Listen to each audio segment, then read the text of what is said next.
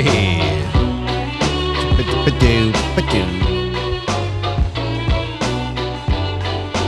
good to have you on tonight, everybody. I am happy to be with you here at 6:59 p.m. on a Wednesday evening. It is August 27th, 2025. My name's Frank. This is the pre-show for Quite Frankly. And, boy, we got a lot to talk about tonight. We got a great guest. I'm bringing on David, Diamond Dave, of the Oppenheimer Ranch Project. It's been about a year or so since we spoke to Dave. It was Dave and Leah that night, but Leah's not going to be with us tonight, so it's just going to be David. And I am really excited about that because I want to talk about planet chaos.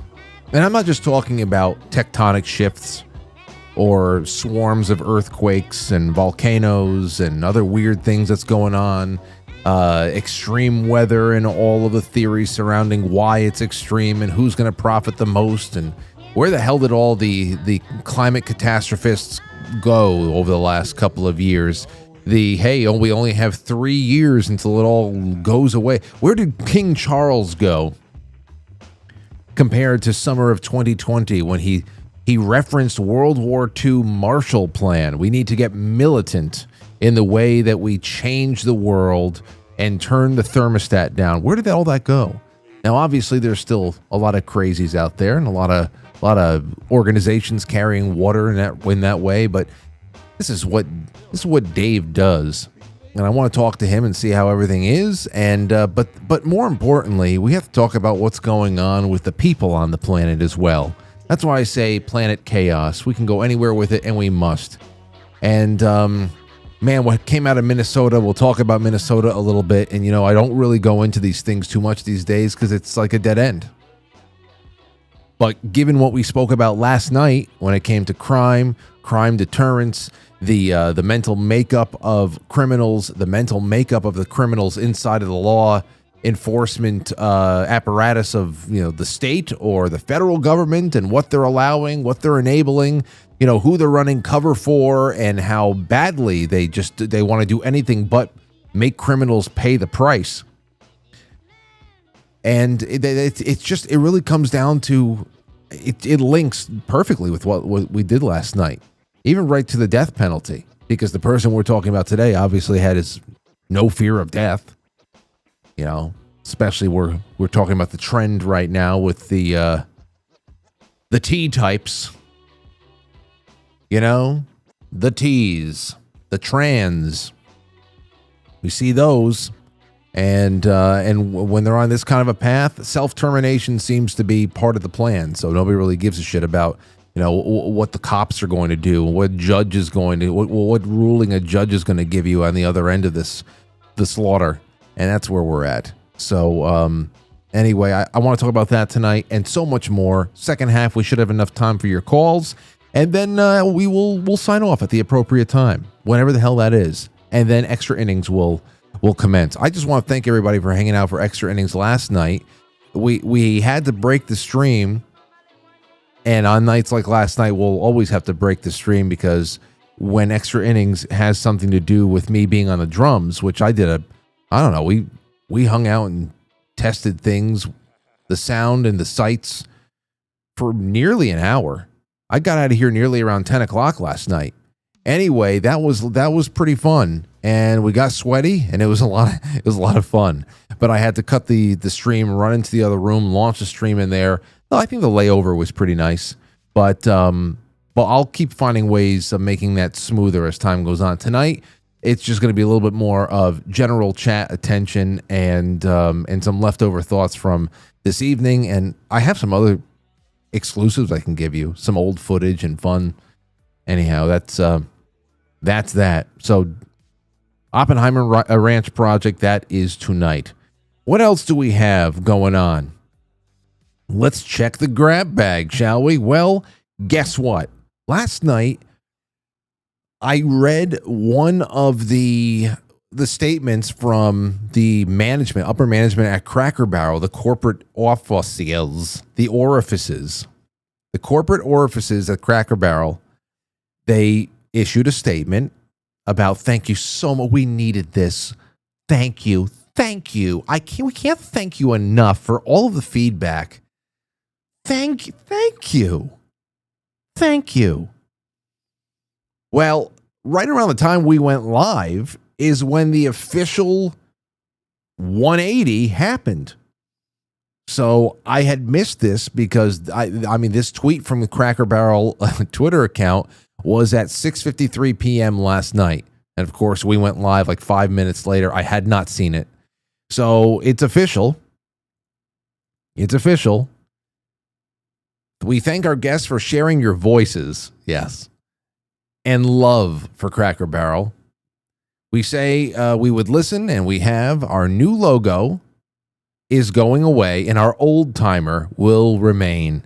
At Cracker Barrel, it's always been and always will be about serving up delicious food, warm welcomes, and the kind of country hospitality that feels like family.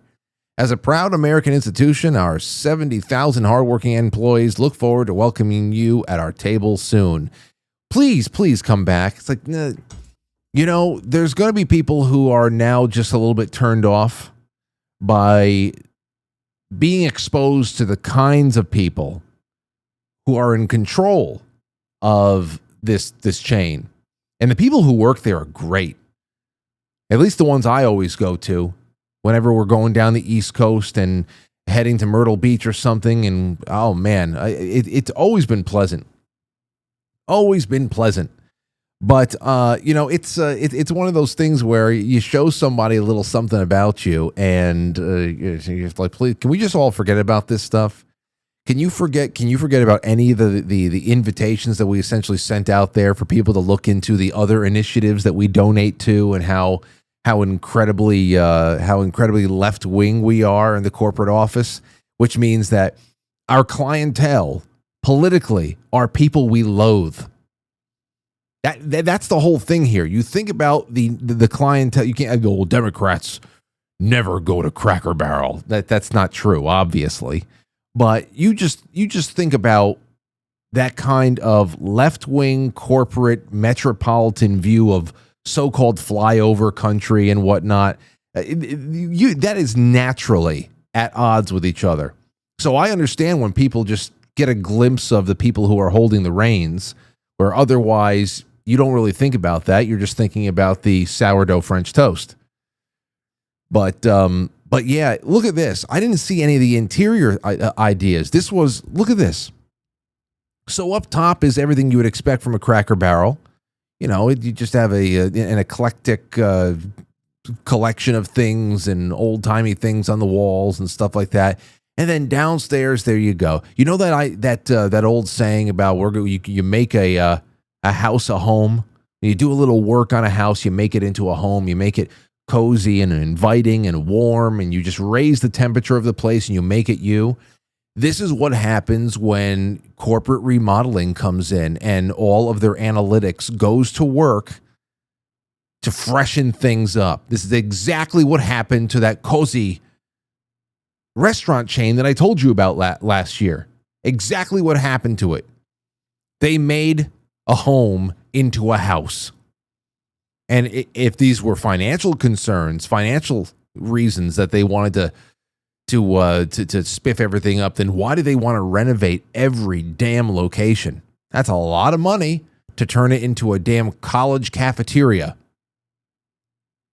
So, I don't know. Everybody's spending everything's ridiculous. Remember when we were talking about those kind bars, the chocolate nut bar, the nut cluster bars? What, they spend like $6 million nudging one aspect of their logo like an inch downward or upward?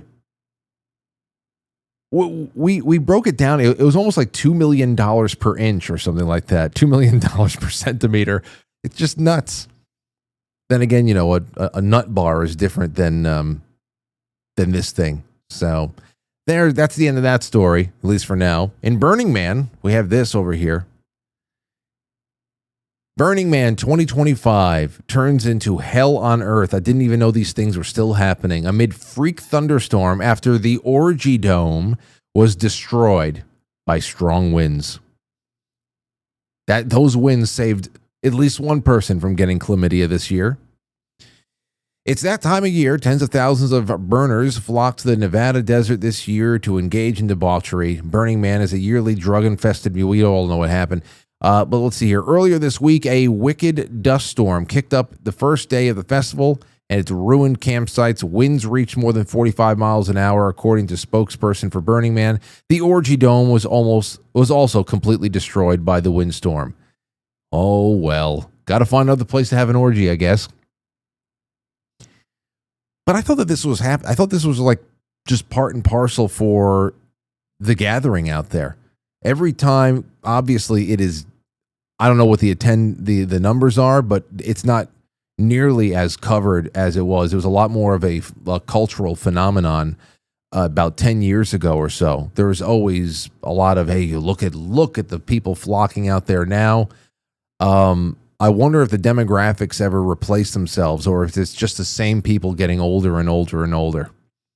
Anyway, whenever it used to get a lot more attention, it always seems like they're in the middle of some kind of a sandstorm.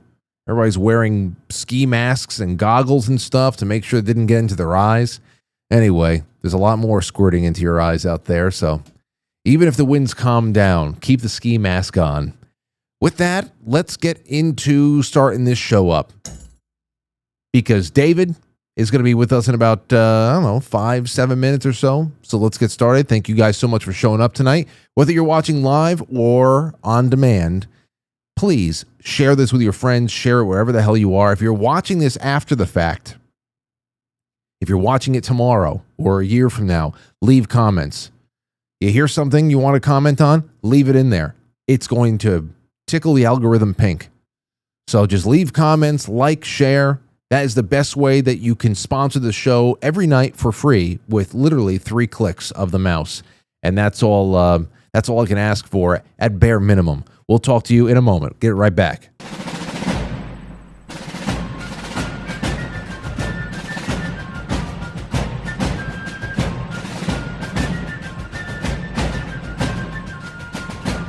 You let one ant stand up to us, then they all might stand up. Those puny little ants outnumber us 100 to 1. And if they ever figure that out, there goes our way of life. It's not about food. It's about keeping those ants in line. That's why we're going back. Does anybody else want to stay? Let's ride!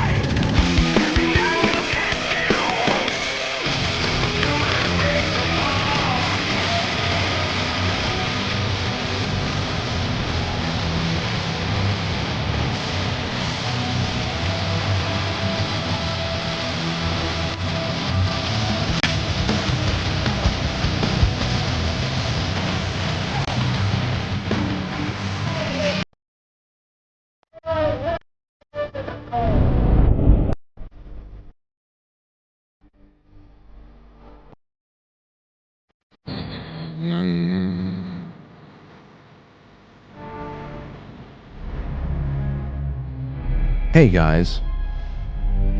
All right.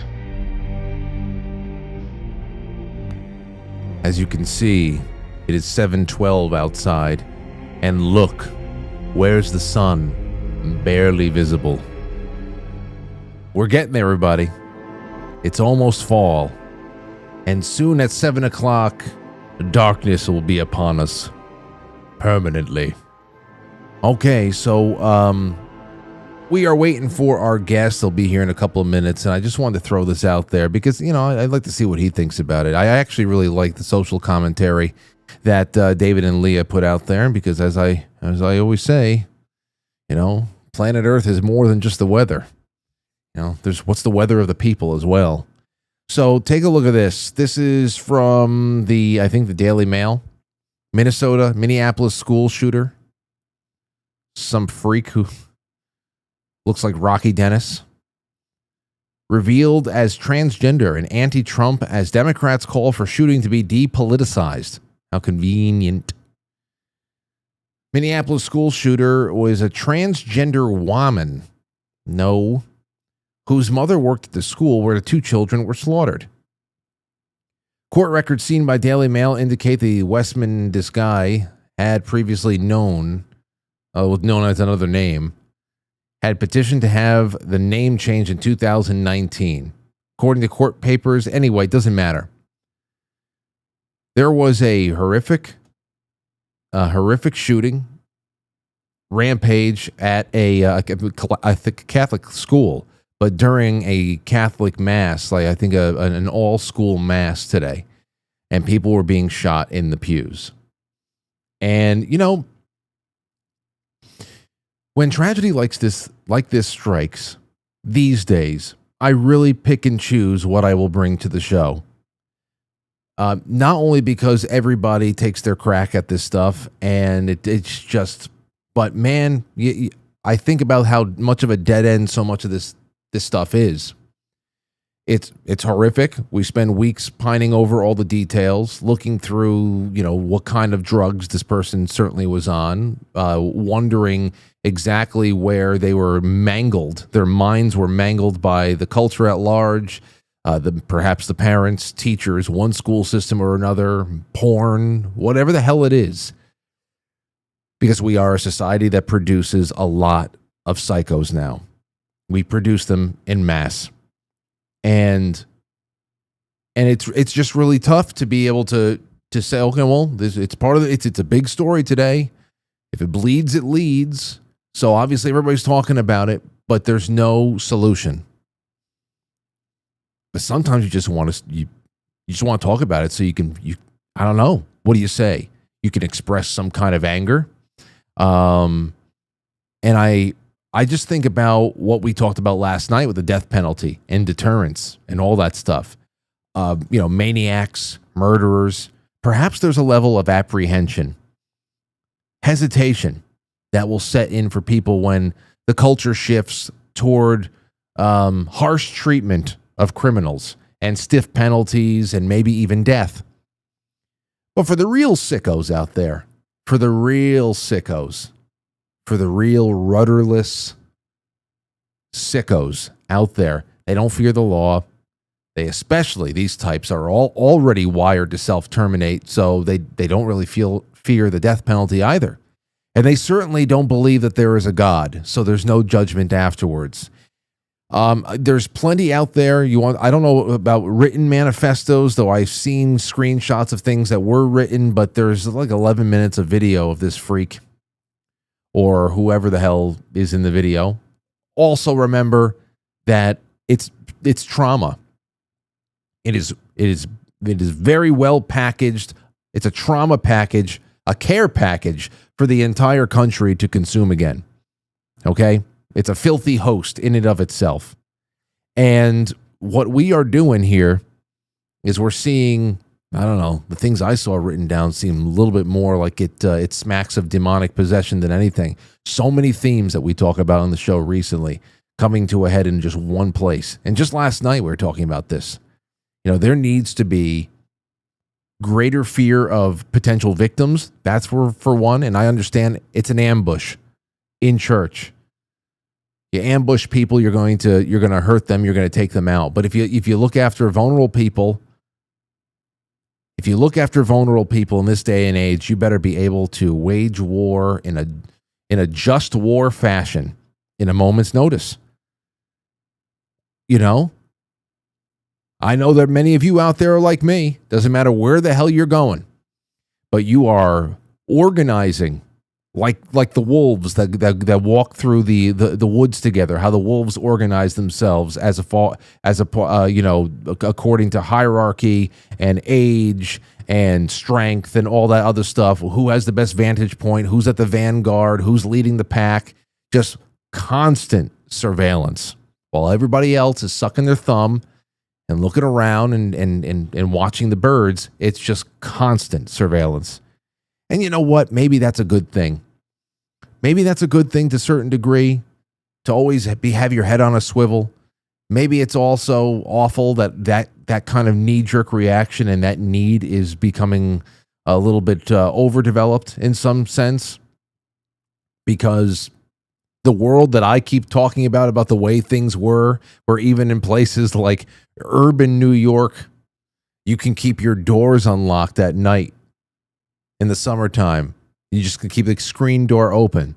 That there was a time that was even possible in urban areas of the country. I don't see how that's ever coming back. We're literally talking about the stand at that point. You got to hit the reset button like that. But this is just what it is. And I just, again, because we live in a society that has that mass produces hopeless sickos. We enable it, or we watch it being enabled. You and I are usually protesting it, and we're being called bigots for it in one reason or another, because it's always made into a binary choice between whether you are for humanity to allow some harmful thing to proliferate among children or anything else like that, or against humanity and progress. It's the crazy and it's the crazy that's the prevailing culture here. So it's enabled on a mass level in the popular culture. People create political causes out of it, and that's another reason why I can't stand it, because I'm sure right now there's going to be nothing but certain facets of law enforcement, local political leaders, everybody taking stances that tries to either put a buffer of blame, a buffer between them, any known associated political parties, from any kind of blame of things that they have stood for in the past, any kind of policing policies. It's just everybody CYA and trying to gaslight other people, and it's just never. And meanwhile, there are families that are going to have to bury 8-year-olds now. Well, and I can't tell you. You can't talk about that every time that it happens. But every once in a while, man, that's just it, man. You know, or the whole bunch of enabling out there. And then it's enhanced with chemical dependencies, because that's the way it's all treated. And in this case, it's treated with not only drugs, but wigs and dresses from Payless. We wonder why it seems that there may be a Buffalo Bill behind every street lamp these days. So it's just nuts. It's bullshit, and it's terrible. So that's I'm sure we'll take some of your calls in the second half, and I'd love to hear what you guys have to say about that. And I'd also like to see what our guest tonight has to say about things, both of the earth and also of the people. About the people of the earth. That's what I want to talk to David, Diamond David over here. It's usually joined by Leah, but she's not in tonight. It's all right. Can't wait to talk to her again one day, of the Oppenheimer Ranch Project, producing content on sustainable living, permaculture, earth changes from their high altitude Colorado homestead. Their channel focuses on food sovereignty, environmental activism, and rejecting conventional systems for self-sufficient living. And it's great to have David back. How are you, Diamond? How's everything been? Well, after this little health scare, we're doing good. So there we go. Is there? Well, you don't have to go into any personal details, but everybody's all right? Yes. Okay. That's all I need to know. I'm very happy to hear that. I was looking forward to talking with both of you guys tonight, but there'll be another time for that. It's all right. Yeah. So, yeah, I mean, it's been a while. I don't even remember the last time you were on. It was sometime last year. But, you know, when you analyze the ebb and flow, David, you and Leah, when you guys analyze the ebb and flow of all things on planet Earth, to compare and contrast the natural with the unnatural, you can't leave out the changes that we see in people, be they individuals, parties, entire nations, whatever the hell it is. That's why I like your social commentary so much. What do you take? You don't have to spend too much time on it, but what do you take about this news in places like Minnesota, or any of the migrant related news in Europe, things that are really just challenging to our civilization in general?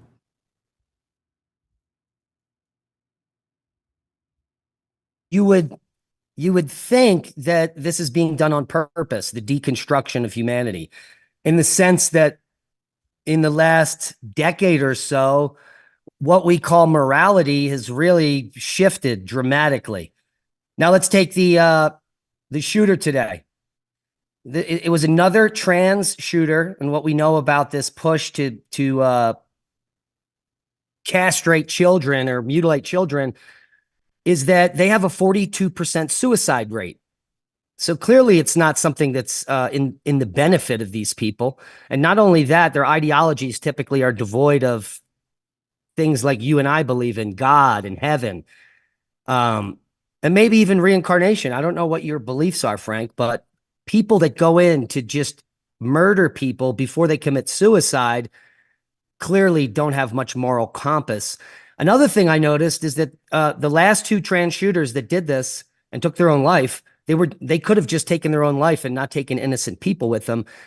Both of them, neither of them had a father figure in their life. So I think that's the major issue. And then when we talk about the Black community and crime, it's mostly because single mothers, no father figures, and it's an epidemic. Not only that, we're not making any more people, right? People aren't having kids. So we are, at a population bottleneck, and we are basically falling off a cliff here into mass extinction of humans. But they don't care because they're pushing this whole transhumanist movement. So, it's true. It's true. That's why we're out in the wilderness, just so we don't have to deal with any of that. Just a little bit of Ted Kaczynski, just a touch of Kaczynski. I am thinking it's very when you bring up all of the suicide rates and things like that, and what you see in some of these videos or whatever is released from one manifesto or another, it really is just one of those things where you remind yourself that yes, there is no belief that there's anything good on the earth right now. There's no belief that there's anything good potentially waiting for us beyond this life. And I think that when you are part of a system that encourages people to become their disability, to identify with their disability or anything that ails them, and your life in that respect becomes nothing but a practice of playing into whatever pain you're feeling, and because that's your story, and more often than not, you can really say that people like this are really just living in pain, and this is one way of inflicting it on other people before they put themselves out of their misery. So that's the reason why they don't self-terminate first. Right. It's a victimhood mentality, and it's being perpetrated at the highest levels, including university. White man bad. Everyone feels terrible about themselves on purpose. They're doing this on purpose. But it's driving to mental illness beyond belief across the globe. And which is why we told people starting about a decade ago, get out of major cities. It's only going to get worse. We didn't really know what was going to be happening, but we knew it was going to be bad. Maybe some type of social unrest, to put it mildly. And now we see the problem being fixed by our government, which is good news there. So they're going to be cleaning up these cities, hopefully. And I don't know if you know this stat. In the last 11 days since we got to Washington, D.C., there has not been one black on black crime, death. 13 as of last night. It was 13 days. 13 days? Oh, yeah. It's so far. I think they might have gotten to the 2-week mark. Yeah, we did that just last night. It's amazing. It is crazy. Okay, so then you're saying your opening statement was there.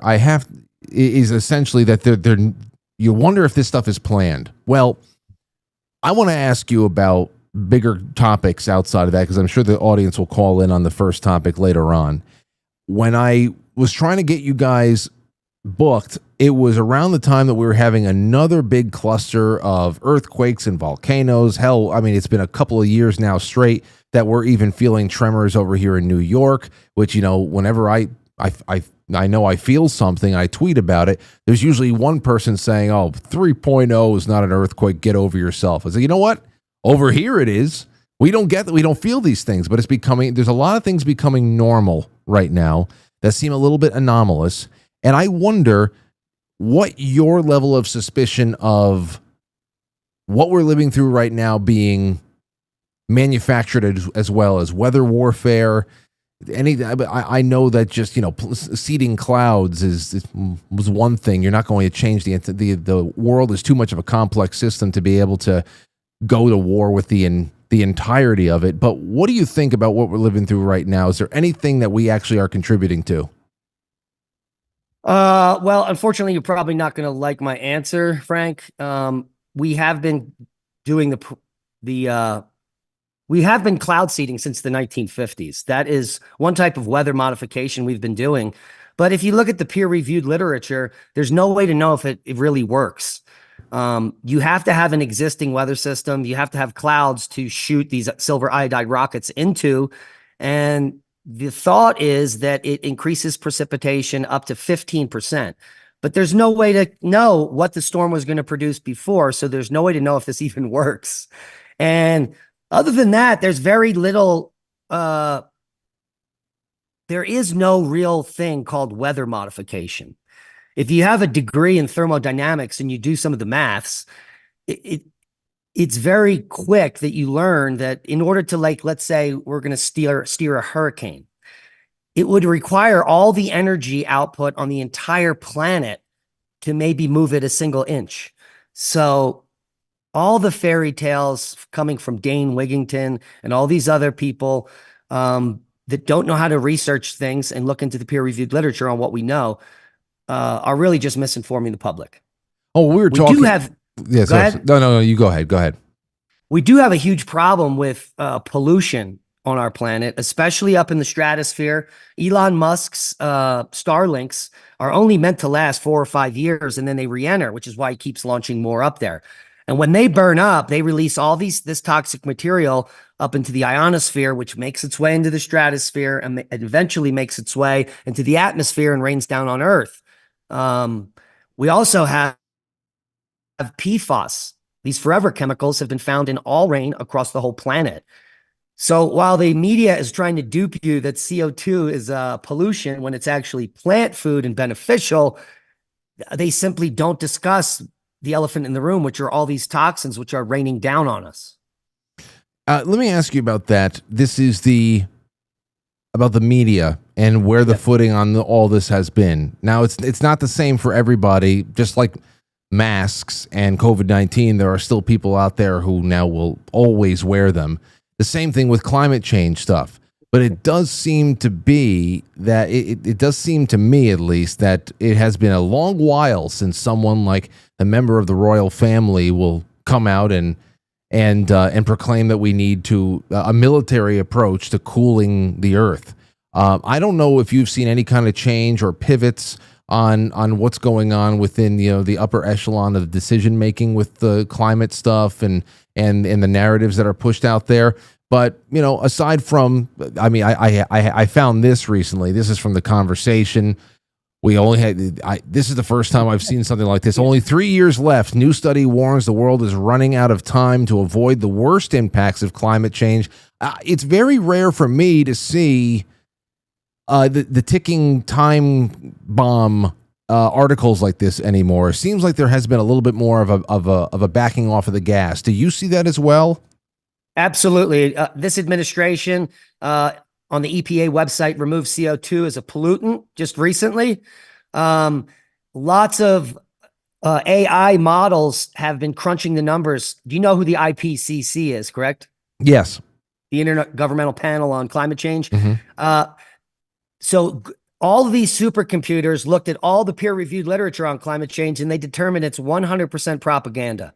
So everyone is aware of this now. And that's good news because we've wasted billions of dollars on cow farts. It's absolutely insane. I want to give you a little factoid. 48 hours ago, it was negative 105.9 Fahrenheit in Antarctica, and yet they claim it's melting catastrophically. People fail to realize what's very obvious. In the Arctic, the sun sets and it doesn't rise for 6 months. It's dark and it's 50 degrees below zero the whole time. And then the other half of the year, the same thing happens in Antarctica. It gets 105 Fahrenheit below zero and it stays dark for half a year. And somehow in the last 3 decades, the media has convinced the majority of the population that the Arctic is somehow going to be ice-free. I don't know. That's complete insanity. How could it be ice-free if it's minus 50 6 months of the year?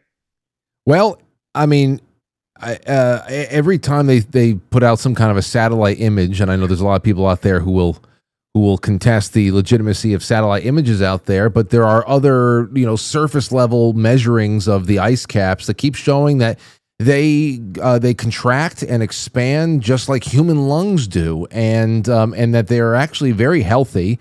And that I don't know, based on all of our politicians setting up shop along the coastlines or on the East Coast, there's still really no anxiety about their properties being swallowed up by waves. So right, not a single beachfront home would be able to be financed if sea level rise was a thing. That's insanity. A side note here, just in the last week or so, 3 peer-reviewed papers came out showing that the Arctic ice has been stable for 18 years and is even gaining volume. So that is completely opposite of the narrative we've lived through for the last 18 years. The opposite. Well, you mentioned cow farts. So I want this was from February of this year. At least it was posted in February this year. And it's Bill Gates. He's giving us, what I love about this is the skeevy weasel, Bill Gates, made a lot of investments, of course, into lab-grown meat, as you may know. So he's taking the opportunity to not only blame the cows for so-called climate crisis, but he's got a solution for the situation already ready to go. And conveniently enough, there's only 2 choices. Take a listen to this. Eventually, almost all of the coal mining activity.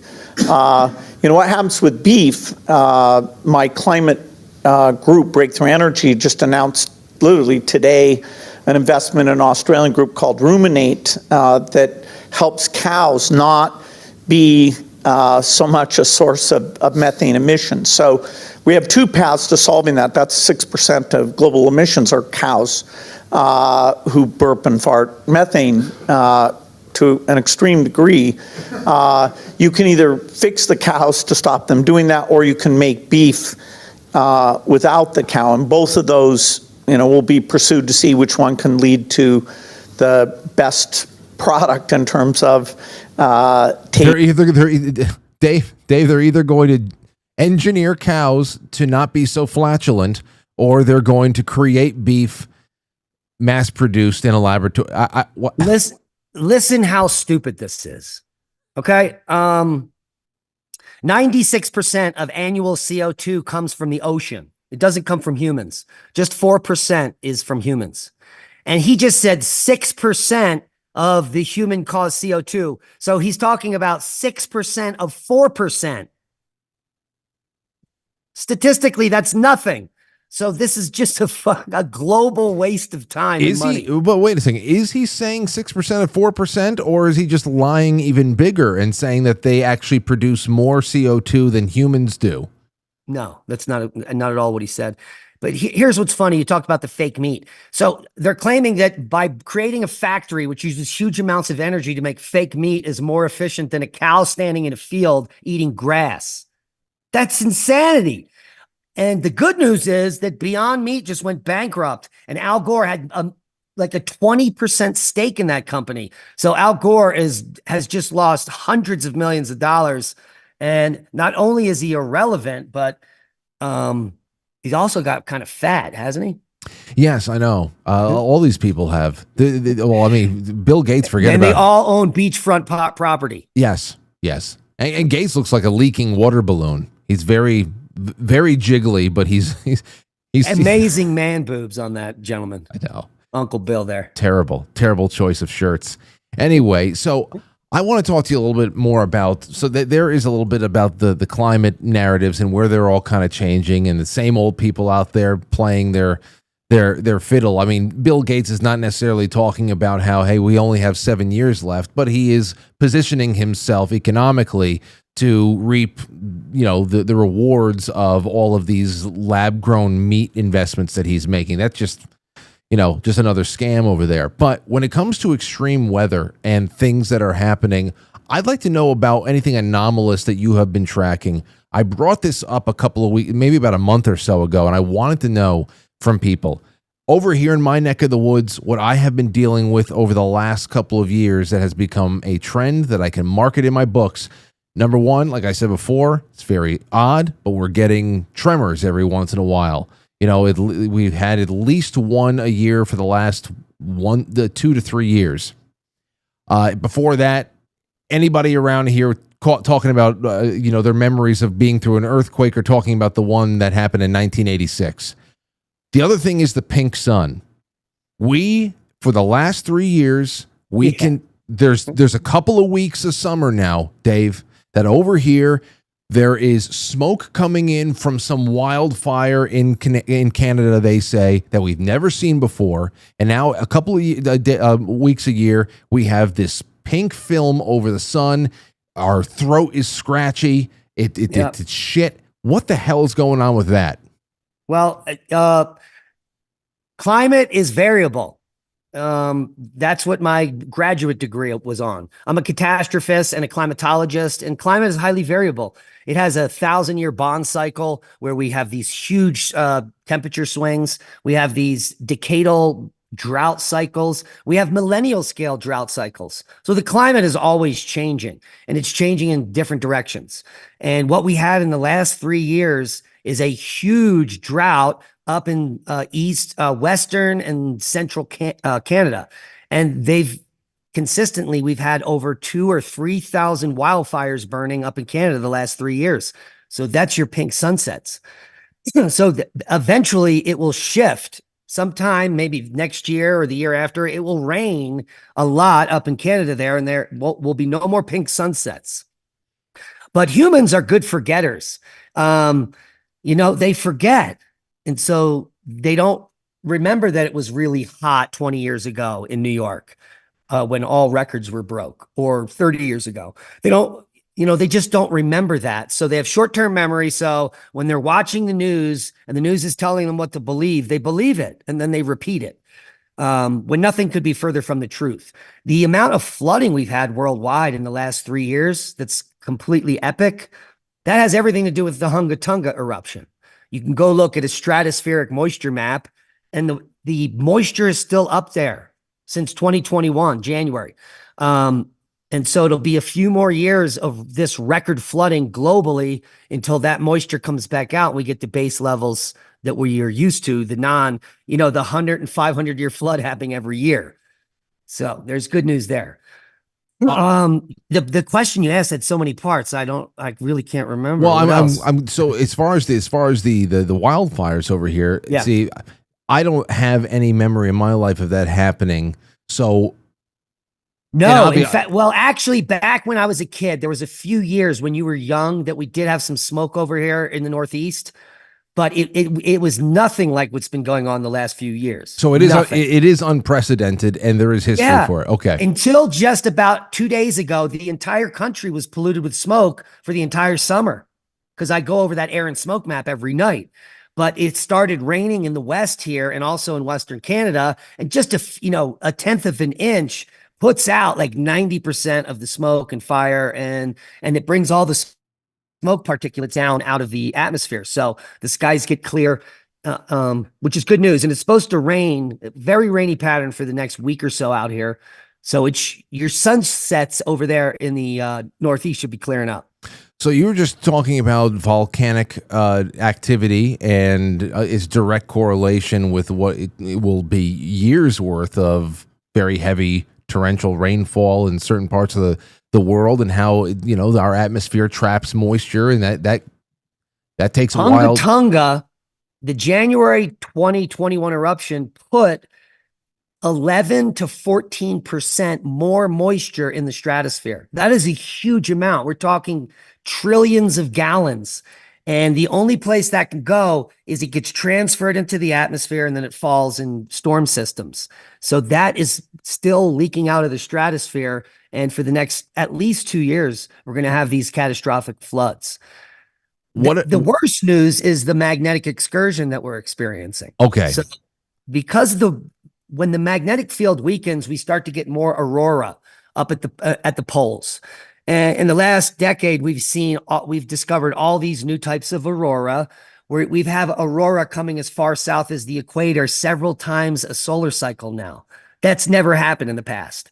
So the evidence of our magnetic field weakening is very strong. The longest lightning bolt ever recorded just happened a few years ago. Increased lightning, increased hail occurs when more energy from space enters our Earth. And this is only going to increase in the near future. Now, the bad news is that the Earth is long overdue for a major solar flare, a Carrington event. The Carrington event was in 1859, and it's actually what triggered this magnetic excursion. In 1859, the North Pole of Earth had been sitting around Western Canada for hundreds of years. And then the Carrington event happened, and it started rocketing across the Northern Hemisphere towards Siberia. And in the last few decades, it accelerated to 50 miles a year. This is from 5 miles a year previously. So this is a very major and rapid magnetic excursion that's going on. And the field is weakening exponentially. Is this all directly tied into volcanic and also earthquake activity that we've been seeing? So that's what I'm getting to here. So what we see during these magnetic excursions is increased volcanic activity in the form of supervolcanic eruptions and major earthquakes, and also mass extinctions. And we're headed right into one in the coming decades. It could accelerate fast enough that we reach the bottom, the lowest field strength, in just 15 or 20 years. And so we're keeping a close eye on that. The World Magnetic Model is only updated every 5 years. The last update just happened a month ago, and I did a show on it. I might do an update show on it. But the pole has slowed a little from 55 miles a year to 45. So there's not much change. The excursion is still ongoing. And you tie this with the solar cycle, these supervolcanic eruptions may be triggered by cosmic rays. And cosmic rays increase as we go down to the solar minimum. So the next 4 or 5 years, Frank, we're going to hit solar minimum in about 5 years. We're now headed down into solar minimum. That is usually the time when these VEI-7 eruptions occur. And should one happen, it'll probably be in Indonesia because most of them are there, but it could also be Campi Flegrei in Italy, Santorini, or it could be anywhere. But what it would do is it would cause a global famine because it's going to darken the skies. There'll be crop failures. There'll be food riots. And the world is just not prepared for something like this. 80% of the population would die quite quickly. So you're talking about, you are not of the belief or of any concern that even though there are these polar excursions, the flip would be internal and it would be magnetic. It wouldn't be geophysical. There's a lot of people who are preparing for a 90-degree snow globe shakeup. There's no geologic evidence for that. It's a fairy tale. All comes from the Chan Thomas book, the Adam and Eve story. So I'm a physical geologist. I've been all over North America. There's no evidence the ocean washed over here 12,000 years ago or any time in recent geologic history. There's just zero evidence. There is evidence for major tsunamis washing across the entire African continent and all of Australia because we've got geophysical features that show that the water had to be 1,000 foot over those continents to create these features. And we have evidence of major impacts in the Mediterranean, in the ocean just south of Australia. Burkle Crater is a crater that happened at the time of Noah. Could be the explanation for Noah's flood. An asteroid, a huge asteroid, kilometers wide, hit the center of the ocean just southwest of Australia and displaced a half a mile of water. The ocean's 2,500 feet there. It went all the way through the ocean and hit the bottom. So can you imagine the tsunami it would have created hitting the bottom of a 2,500 foot ocean? That would be over a 2 mile high tsunami. And we do have these giant chevron dunes on southwest Australia that prove that the water was 1,000 feet above them. And these are 6 miles inland. So these are huge tsunamis that we know occur on Earth. That's just another general daily threat. If a giant rock hits the ocean, we're going to get one of these tsunamis again.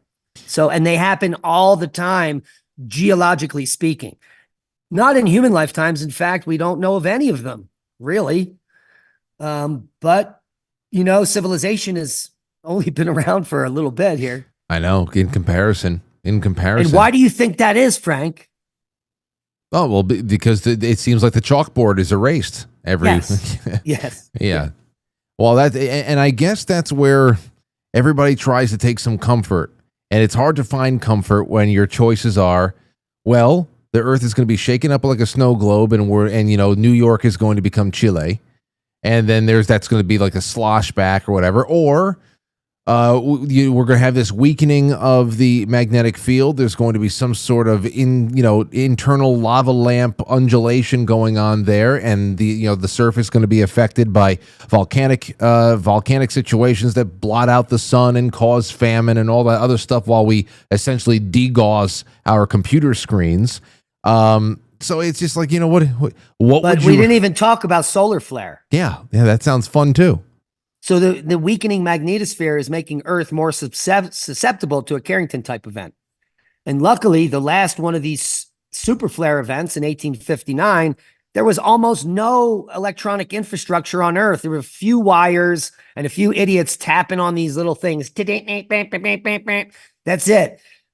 If one of these events happens today, the whole planet is going to light on fire.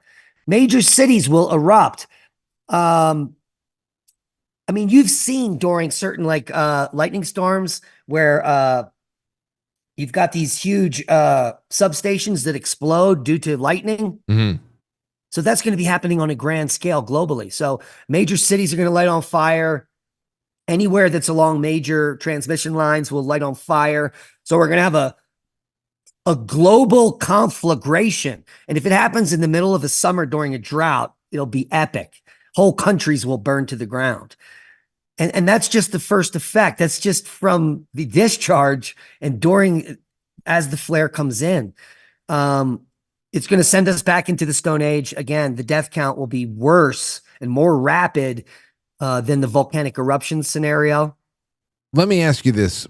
Yeah. And it's not a question of if, Frank, it's when it's going to happen. Well, yeah, I can imagine. I can imagine that. Because like I said, no matter what direction you're coming from, it's always if, not when, that everybody did. And I don't think any choices are good choices. But I have, I'm friends with Jim Lee, and we have had plenty of conversations about Carrington events just from a cybersecurity standpoint. And he seems to think that, and he's very frustrated with the federal government for a lot of reasons. And one of the reasons is he seems to think that there are pretty cheap, effective ways to at least preserve some sort of infrastructure that we have from any kind of electromagnetic pulse or EMP, Carrington event, that there's any way to shield ourselves with it. I mean, what would you do if you were the king and you're preparing for this, what would you do? Frank, there is trillions of dollars missing of dark money. There are hundreds of deep underground military bases. They probably have their own nuclear reactors. They probably are growing their own permaculture food at a mile underground. There's probably entire cities. It may explain why all these people are missing from national parks. They just bring them into these places that are inescapable. There is continuity of government in all major countries underground, and it's top secret. No one knows about it. And so they don't care about us up on the surface. They don't. They're going to take, just like all the movies, 10 or 20,000 scientists and people they need and whoever else is nearby, and they'll all bring them down there, and there'll be little ants or slaves. And these are everywhere. They're across the U.S. I know of them in Kaiser, West Virginia. I know of them out here in Colorado. They are in New Mexico, in Los Alamos. They're all over the country, and they're in other countries. The governments will save themselves. They will have continuity. They will have the AI will stay alive, and they're trying to stay away from us on the surface while we self-immolate after one of these events. So you're talking about entry points into an underworld, essentially? That's Well, what. no, it's like Cheyenne Mountain. These are known facilities that are built on purpose for this purpose. You know about Yeah. Cheyenne Mountain, Oh, right? I know all about Cayenne Mountain. Yeah. Yeah, no, I no. stayed at the resort, which is literally like a mile and a half from the entrances. And all night, there's two entrances. There are giant equipment coming in and out of this underground city. Do you feel that there's any connection between that? We're always wondering, because obviously it doesn't have to be. I believe that there's definitely has to be some sort of a sprawling underground network of tunnels and cities and everything else. We've gotten little bits of information about what was underneath the Denver airport. That there was essentially two underground city blocks down there that were being developed and then abandoned. They're no longer being used. So, well, that's probably connected to some kind of a hub. Do you think spots like that are definitely actually are definitely I don't know, in use in some way that's not on the books? So in the 1950s here, people were working on a tunnel in a little town that's basically completely abandoned called Pagosa Junction. And there was a train that these guys would get on in the morning, and it would go into a tunnel in underground, and they would be working on these tunnels. This tunnel still exists at Pagosa Junction, but it's blocked off, so no one knows where it goes. But in the direction it's headed, it takes you right to Dulce base, and it's all underneath the same mesa. And so this 90-year-old guy, he now died. He died last year. Was going to do an interview with me, but he got sick and he couldn't do it. And his great granddaughter told me the story that he told her, that he used to go underground under the mesa, and there was a secret underground base that they were working on. They were digging the tunnels for. And this was in the 1950s. And then all the stories about the alien underground base at Dulce have come out since then. But there are actually people in Pagosa Springs that worked on the project and were testifying to their family about it. So I think it's 100% real. Plus, a good friend of mine, Rex Bear, has interviewed people. I've interviewed some sheriffs that are from Dulce. I've been invited, and they talk about the one story was crazy. One of the sheriffs in Dulce, there was some kind of a commotion. He saw some kind of an animal run into a gully. He followed after it. And when he jumped down into the gully, there was an old native woman there, no animal. And he freaked him out because Skinwalker. He thought it was a skinwalker. Okay. Right. And several other freaky things have happened near Dulce with rich people trying to, kind of infiltrate the area and catch them in the act of whatever they're doing there. And they've been threatened at gunpoint to be murdered if they don't leave or stop doing what they're doing. And these are all stories from people in the town that I've talked to specifically. So something weird is going on at Dulce. This is interesting. This is interesting, Dave, because I appreciate your takes and the work that you've done on things when it comes to weather, climate, and the conditions of the earth and all that. I love being tuned into people like you for that reason, but I've never heard you talk about anything that even smacks of skinwalkers or alien bases. Or I'm just reporting what other people told me. I want to hear saying it. I believe them. I want to hear it, though. They certainly believe what they're telling me. I believe them, Dave. I believe them. I'm 15 miles from Dulce. And I moved here because I want to see the aliens when they get here. So, but nothing yet. And you know that My partner Leah, she saw one of the orbs, and also Rex Bear and Kristen from Leak Project saw an orb as well. So the orb that Leah saw was in our valley, which is the next valley over from Archuleta Mesa, which is the most paranormal area in North America, supposedly. But this orb is clearly top secret government technology. It's not aliens. It's just some kind of a top secret drone, because there's just too many sightings of this orb, and it's a metal orb. It's not, it's probably not alien. In fact, nothing that we claim as alien is probably alien.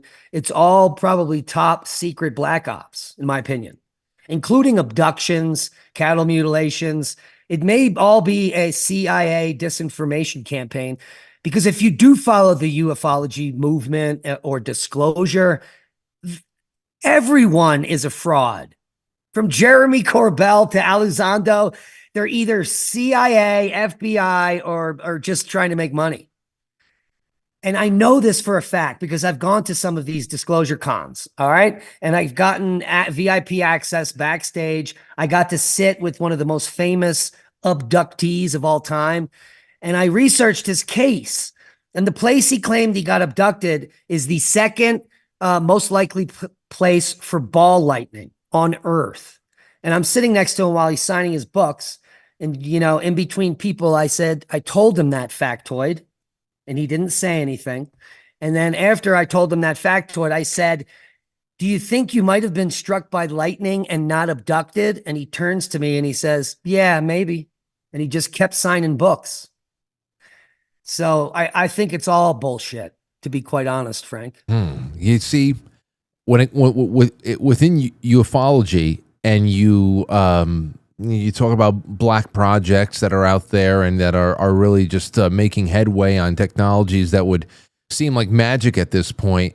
I think what is really at the base of all that stuff is that, many people believe that it is largely in the hands of human beings, but was the seed of this technology always human, or was it gotten from the ether somehow, or some message from that's the real question. We've taken a deep dive into what life is on Magnetic Reversal News, both on YouTube and Rumble. That channel exists.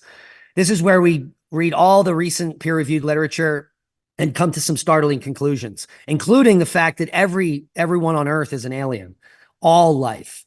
And the whole panspermia idea is basically proven that all of the base pairs and all of the proteins that we need to create DNA, they're contained in chondritic meteors. And our planet was bombarded by billions of tons of them billions of years ago, before life. So, and this is happening all over the universe. What's also crazy is that some of the base pairs on the chondritic meteors, they don't exist on Earth, which means that there are far more stranger life forms on other planets. And I also believe that the Sumerian Kings list is real, and that we were genetically manipulated with 425,000 years ago or so. You're talking Anunnaki? Yeah. Oh, okay. So I'm learning something about you, Dave. Learning a lot. And the reason that is because of a few things. Well, at first we thought that humans had junk DNA, right? Most of our you've heard of that term? Yeah. Well, it turns out it's not junk DNA. These are actually millions to tens of millions of year old viruses. And they form an integral part in creating humans, where they turn on and off certain characteristic traits as we develop. So our DNA, hominids, humans like us, we've only go back 300, maybe 350,000 years, but we contain 12 million year old DNA. That's an impossibility.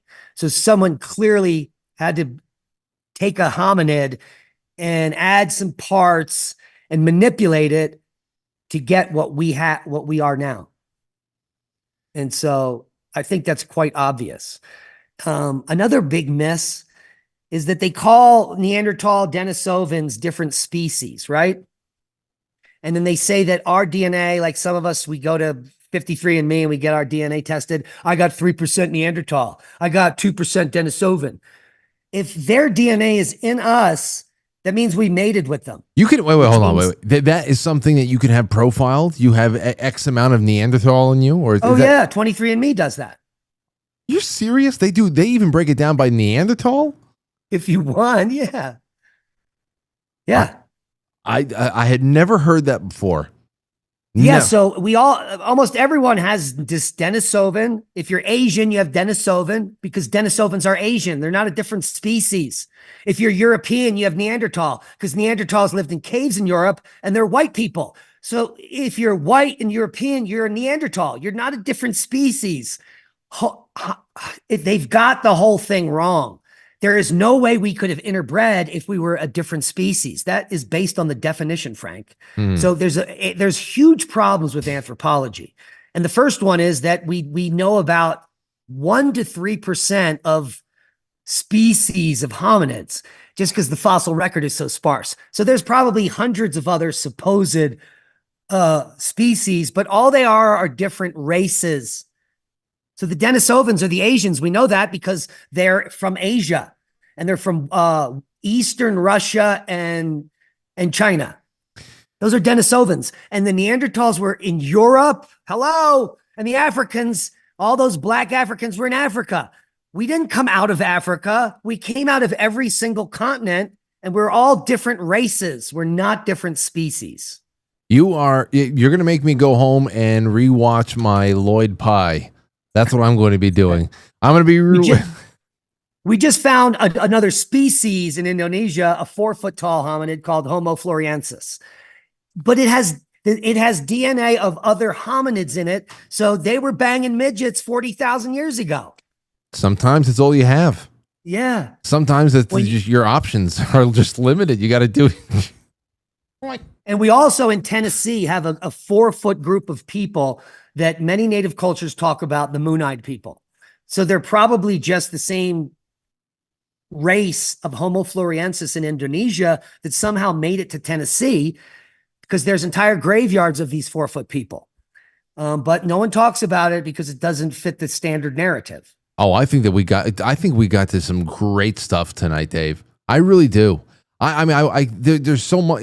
Let me ask you this, because I remember this is something that popped up around the time of that big, I don't know, 8.0 Russian earthquake in the peninsula out there. It was around 8.8. Yeah, okay, 8.8, almost 9. Largest ever recorded in modern times. Well, around that time, because I remember they're saying, hey, this is such a big one that you should expect some kind of a chain reaction to start hitting somewhere else around August 5th or something like that. And I didn't really see anything else happen, but around August 3rd or so, I remember it because it was the beginning of the month, and we saw that there was a massive, mysterious, hot blob. Yeah, I did a whole show on it.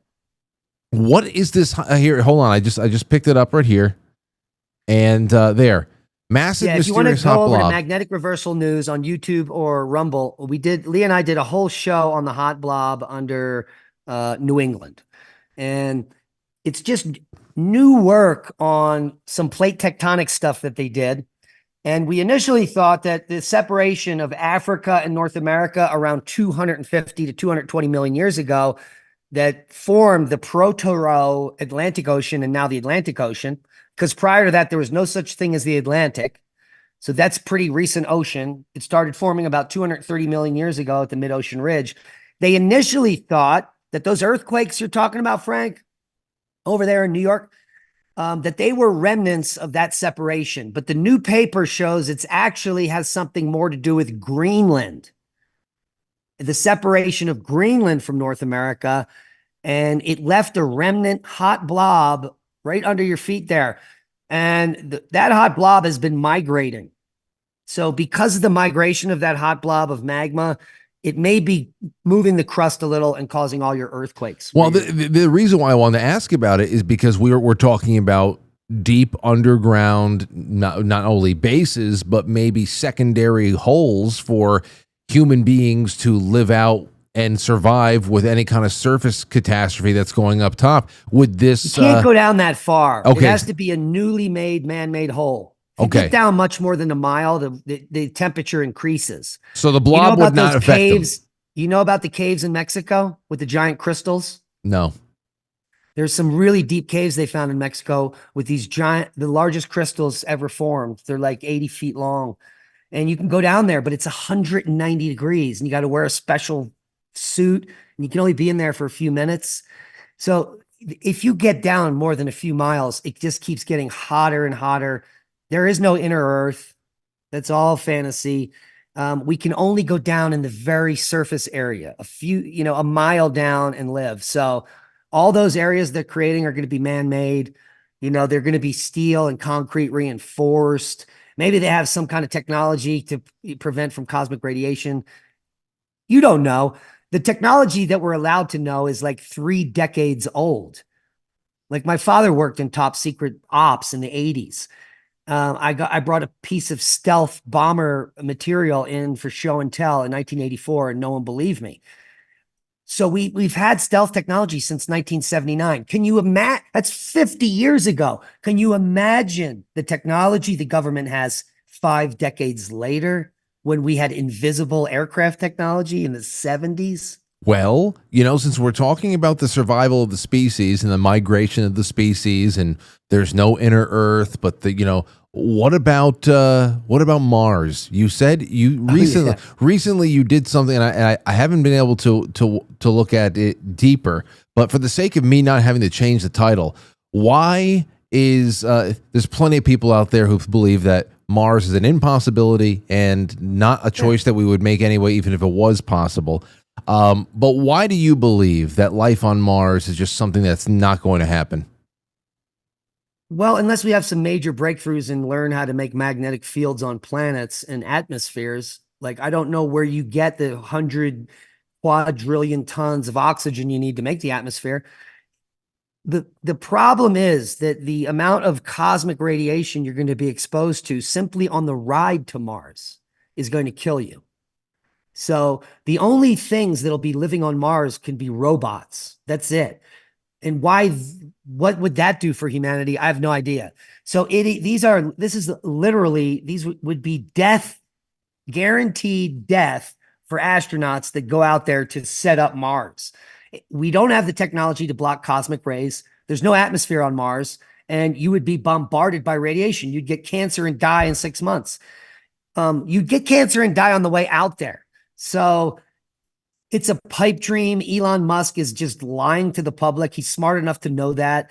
But what I think he's doing is he's not being intellectually honest, and he's just hoping in 2 or 3 years when we send people out there, we've got technology to block cosmic rays. But we haven't been able to figure it out in 4 decades. So I don't know. I don't know how he's going to do it.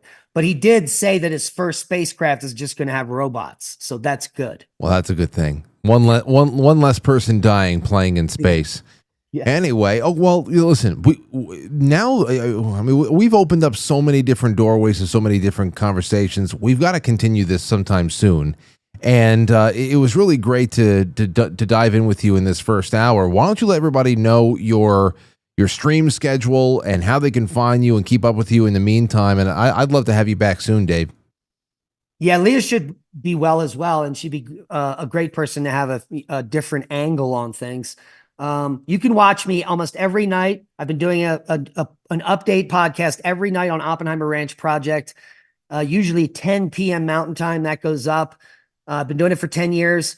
I do a weekly science show with my partner, Leah, Saturday on our other channel, Magnetic Reversal News, but we do that exclusively on Rumble, and then we replay it on Magnetic Reversal News on YouTube on Wednesday. So check us out at Oppenheimer Ranch Project and Magnetic Reversal News on both platforms. We would appreciate your support there. There it is right there, Oppenheimer Ranch Project on YouTube. This is great, Frank. I love talking to you. Oh, I love hanging too, man. This was wonderful, and I actually like how so much of this was unplanned, because I pleasantly surprised, even though I knew we had plenty to talk about either way. But we'll do it again, and I hope that people check you out in the meantime. Peace. All right, take care. All the best to Leah as well. Thank you. Okay. I appreciate that. All right, guys and gals. So here's what we got going on for the rest of the night. We've got you. We've got me. That was a nice, we got into the Anunnaki tonight.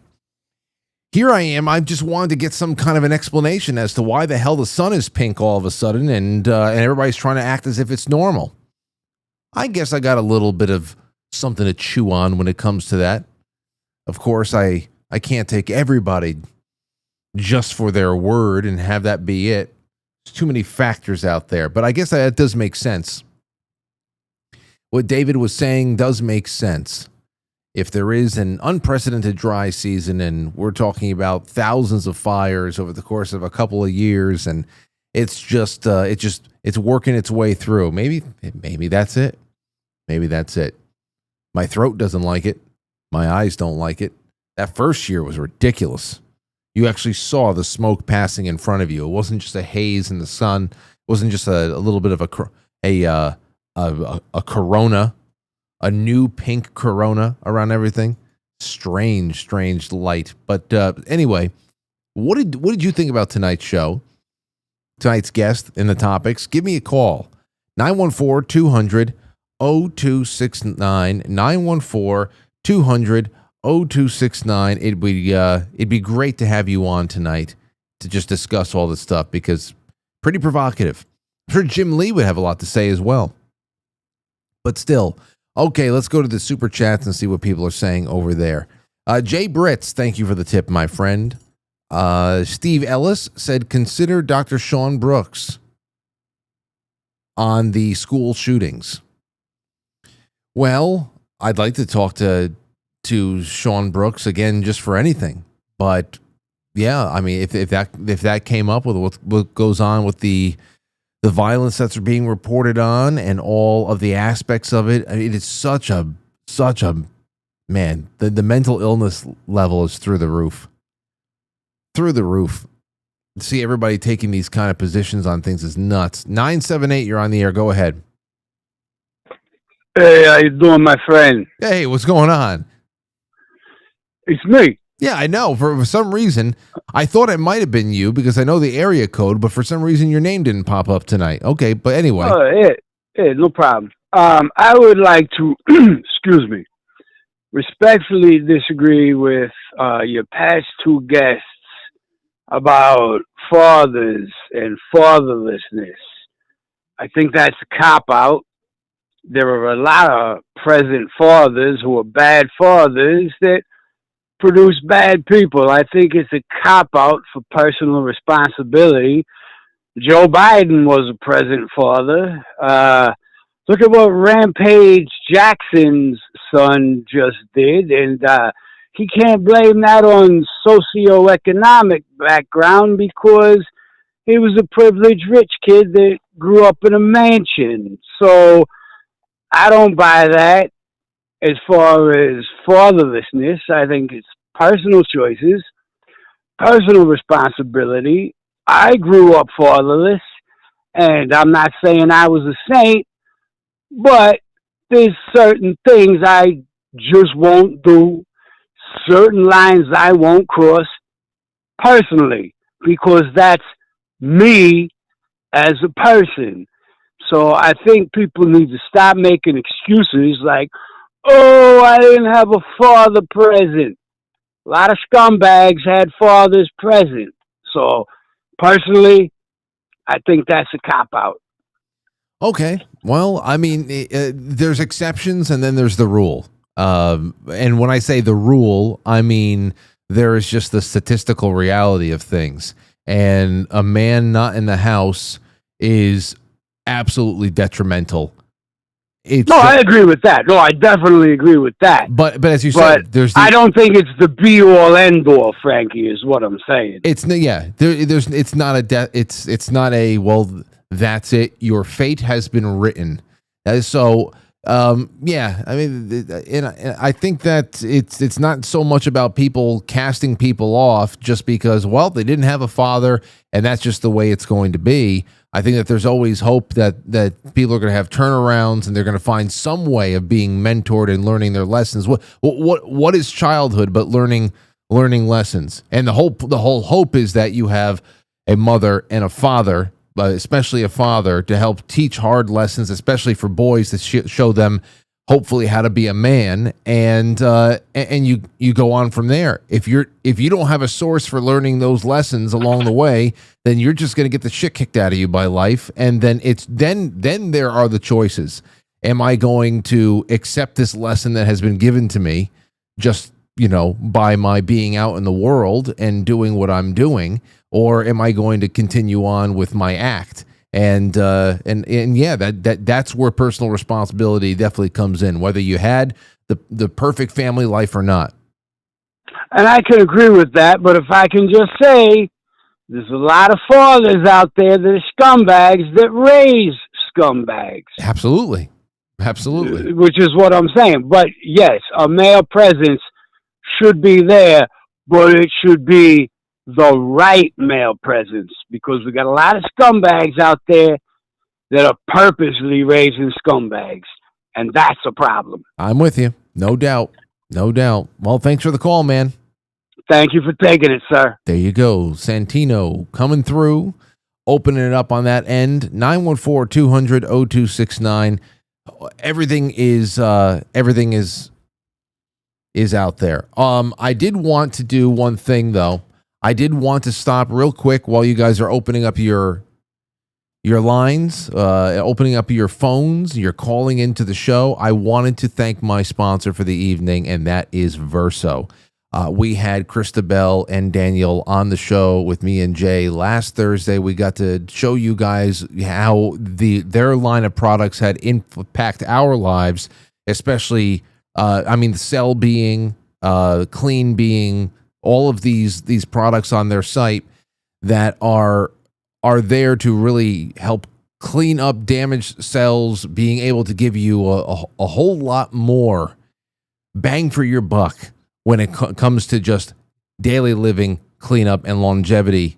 But with me, I have to get personal with this type of stuff. And with me, it has been about sleep support.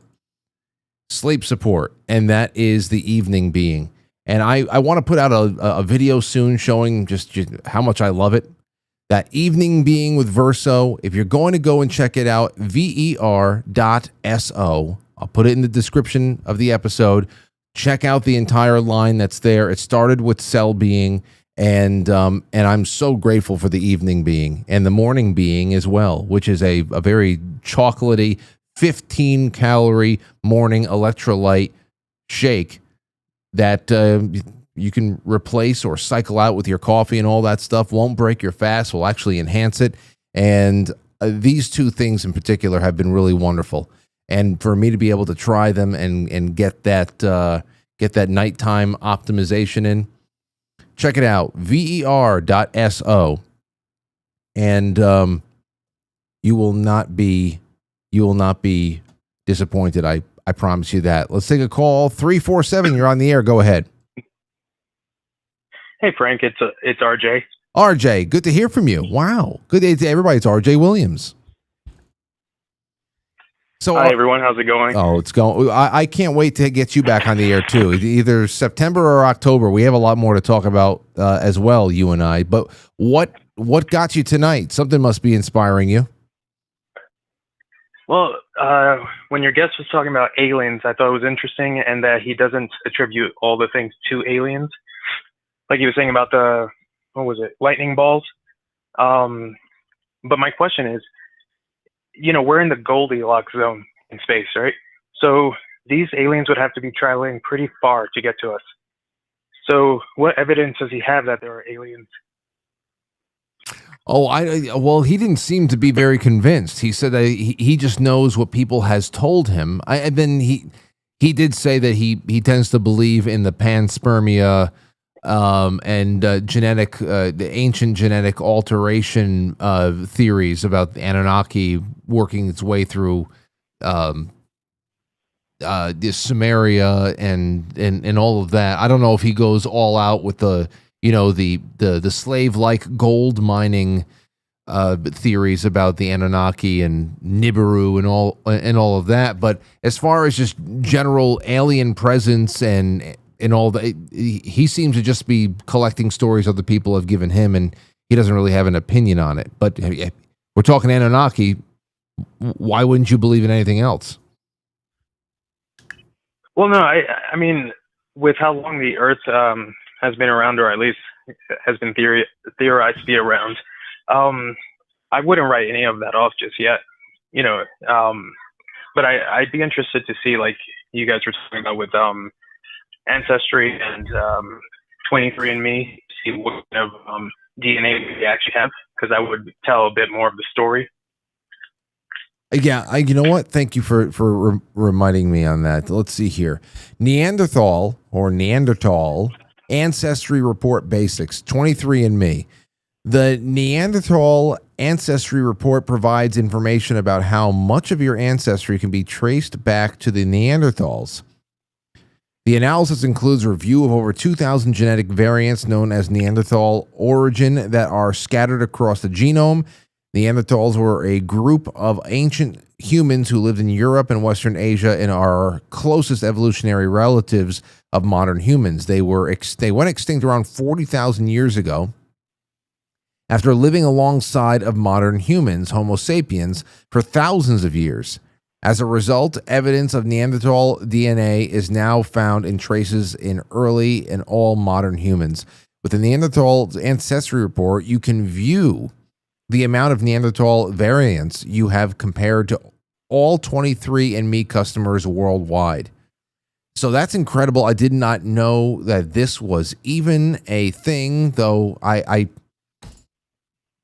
didn't know that was even a thing. But it's interesting that even on this website, this is their customer care website, they are talking about how we coexisted for a long time. We're talking thousands of years at that point, because there is a common misconception or a blind spot for people when we consider how long we've been around and all these other versions of ourselves that have been out there, that it was just one day the Neanderthals went away and then the first Homo sapiens sapien popped up, and that there wasn't some kind of a living in the same, occupying the same space period, a transitional period that was around. Now there's all types of complementary theories to surround that as well, but I did not know that this was available.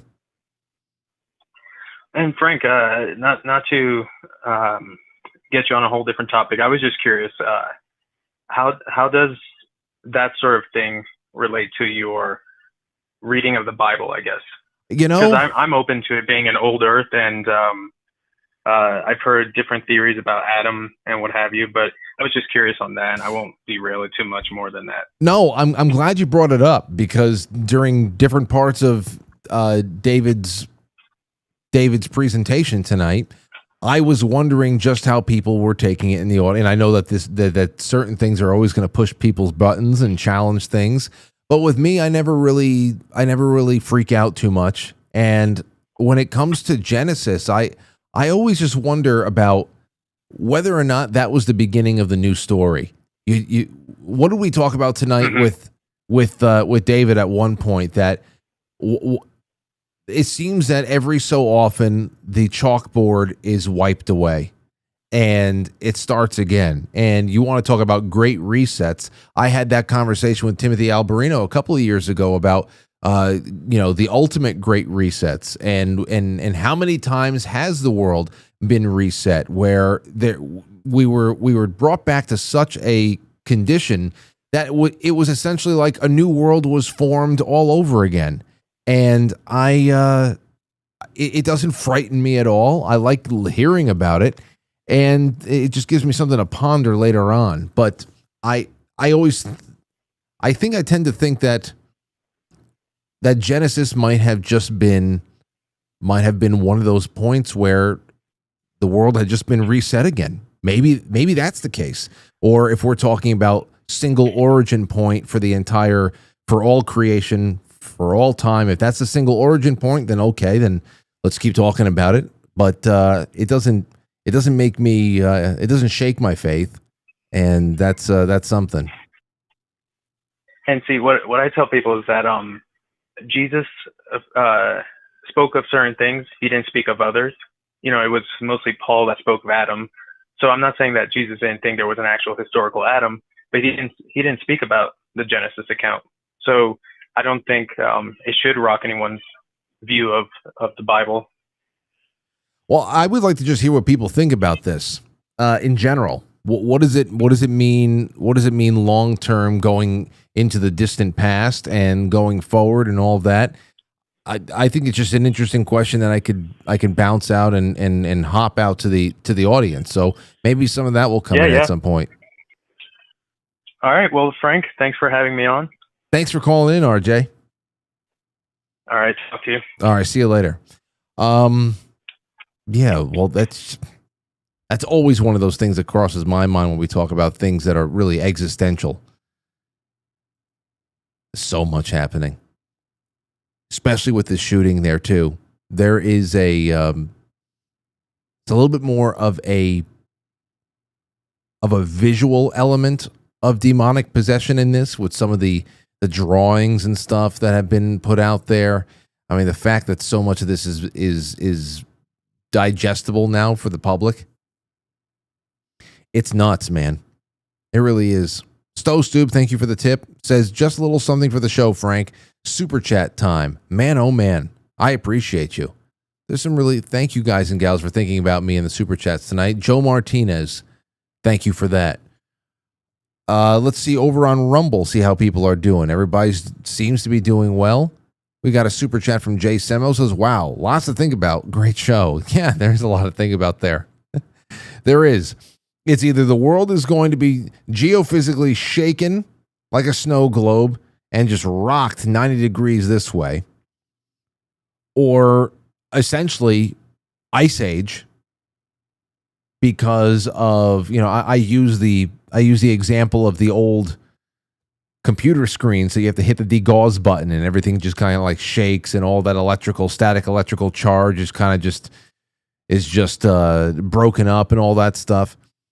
Well, that's the way I'm envisioning the magnetic reset that he was talking about. That's the way I'm envisioning it in my head. And if that leads to all fun things like volcanic eruptions that blot out the sun, it's just like, what's better? What's better? I guess the people that are underground, that are growing all their tomatoes underground, Nancy Pelosi, the fact that she would have a seat in the ark pisses me off. I've always said that. That someone like a Nancy Pelosi would have a seat in the ark underground while everybody else is in the shit. That pisses me off. Just be out here with us. I want to keep her out here with us. That's all I want. 845, go ahead. I got like three strains of ideas going here. One, fantastic interview with David. Really, really good stuff, Frank. Thank you. And I always try to pull it back to like certain experiences in life that like brought me out of like whatever I was doing at the time. And I moved furniture for, I'll say 10 years. It was over a span of 10 years, but I didn't do it for 10 years straight. And I can remember right near where I live here, there's a beautiful little lake. And I moved this woman out. And the kitchen was done in oranges and pale yellows. It was a 70s house. And I can remember moving her out, and I saw the picture of her and her husband on a beautiful summer day by the lake as I'm taking her out of this house forever, and all the memories that she had there. Okay, like that's grounding. That's something that grounds us to reality. And then I think about, I like to delve back into the idea that there's not 8 billion people on planet Earth. And if we really imagine that we are a much, much smaller group of people experiencing this thing together, it starts to shed light. And what your friend just talked about, 40 years ago, 50 years ago, we had planes that could fly invisibly. Whoa. No, we underground, we've had technology, we've had computer systems that can actually, with the public school system being initiated, they were able to track people and put them together in strange ways, and then literally matriculate their children through channels where we were all grouped together in public school, and we are living a genetic test. Like they've done that. It's beyond comprehension, but like now with bullshit word generating AI, we can kind of imagine how they were tracking our parents to put us to where we are now. It will become apparent at some point, but when you mix the two ideas together, how fleeting life is, and also like just what a random selection process. It wasn't random at all. There's not 8 billion people on the world, and on from there. All right. Well, I've got thoughts about the population thing, and as far as manipulation, you can say that the Anunnaki live today. Thank you for the call. You can say that the Anunnaki are around today, or at least people acting in the same spirit as those tinkering creatures from the outer limits. They're just using different tools. Think of what kind of a mess it is to even digest this situation in Minneapolis with the Catholic school. What kind of a mess it is. You know, things happen. Sometimes inexplicably horrific things happen. But the inability to even conceive, to analyze what has happened and to put everything into its proper place and just be honest about the situation, the inability to do that is all manufactured. The inability from people to mentally cross lines that will somehow compromise what they believe is an allegiance that cannot be broken, an allegiance to ideas or, you know, the perceived modes of identity or whatever the hell it is. I mean, that, you know, it might be more impressive to do this to us through external means than it is to actually go into our DNA and just fuck things up. Gotta say. Let's take some more calls. 479, go ahead. Hey, let me talk to Frank. Go ahead. All right, Frank, how you doing, bro? How you doing? Go ahead. I'm just kidding. It's Miss Michigan. I can hear you. Okay, so like this thing coming at us, it's affecting temporal space-time, bro. What thing's coming at us? Whatever is coming at us. What? It's not actually coming at us. It's coming through the solar system. Oh, are you talking about the thing that Avi Loeb said is coming? That thing. That thing? All right. I've been doing some amazing stuff with the AI as far as simulating all this junk. I actually took control of the X-37B last night and sent it out there. And anyway, it's affecting temporal space-time, right? Like what the cold air and everything, and it was affecting it before it even got here. The ears, the ringing in the ears. I think that we were hearing this thing come in a whole year ahead before we even seen it, or before they said we seen it. So to back that up, we've got a near-Earth asteroid coming in that they just told us yesterday about. It's going to pass real close, and those things make earthquakes.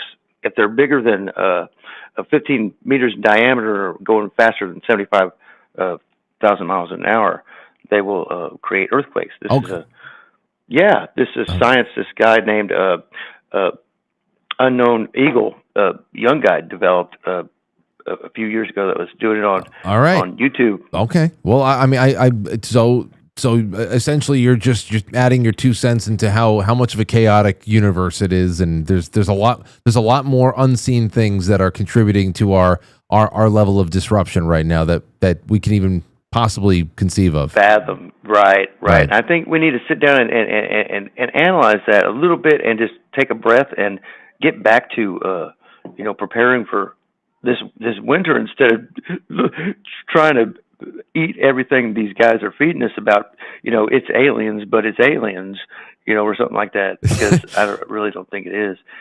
But we've got a shield around us of biologicals and electromagnetism, plasma. These entities, if there were, wouldn't come near us. Okay.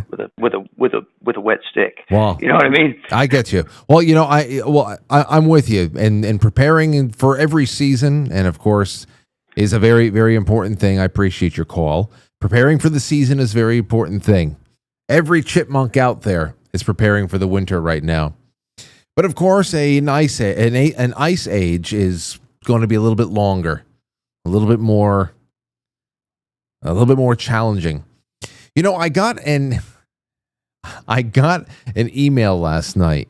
I don't know why I thought about it, but I put it into my notes in case I needed it.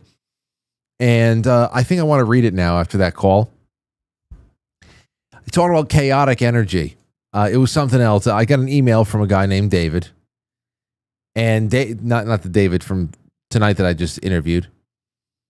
And it came through the Quite Frankly, like business inquiries email or a guest suggestion email, where if you believe you have a story that you want to tell on the air, there's that contact on the website, quitefrankly.tv. There's a contact there. So you can say your name, why you want to be on the show, what you're bringing to the table, past appearances, all that stuff. Please do it. We're looking for incredible stories.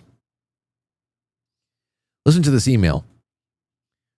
It was in response to the monkeys that we were talking about, the monkey crime syndicate from last night. Frank, just responding, the monkeys.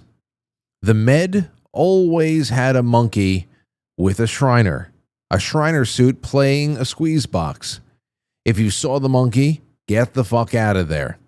The last intelligence specialist that got busted because the monkey stole his beer, and when he grabbed it back, the monkey slapped him and smiled, showing just 2 vampire teeth.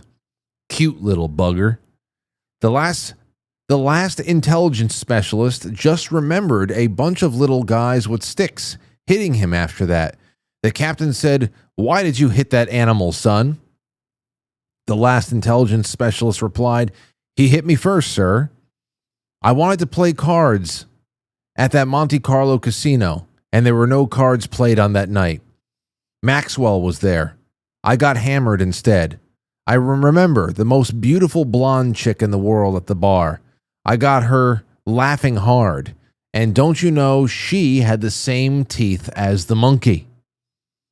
I thought Maxwell was Russian, 'cause you could tell he owned the place. Very hairy eyebrows. I figured I might as well get drunk. No cards that night. What the fuck?" In the next line of the email, which is topics you want to discuss, David says, music. And then the final line, anything else you want to add? David says, great show. I read that with such confused delight. I don't know what the hell was going on there, but I wanted to bring it to the show and leave it to you guys. So that's she had the same teeth as the monkey, 2 vampire teeth. I don't know what the hell just happened there, but sometimes it just it writes itself, literally. Okay, let's see. Let's take some more calls. 914-200-0269. Before we do that, there is a little bit of an update on the Babylon Bee. This is breaking news from the Babylon Bee about Cracker Barrel. The headline reads, overcorrection? Cracker Barrel adds Confederate flag to logo and changes the name to The South Will Rise Again.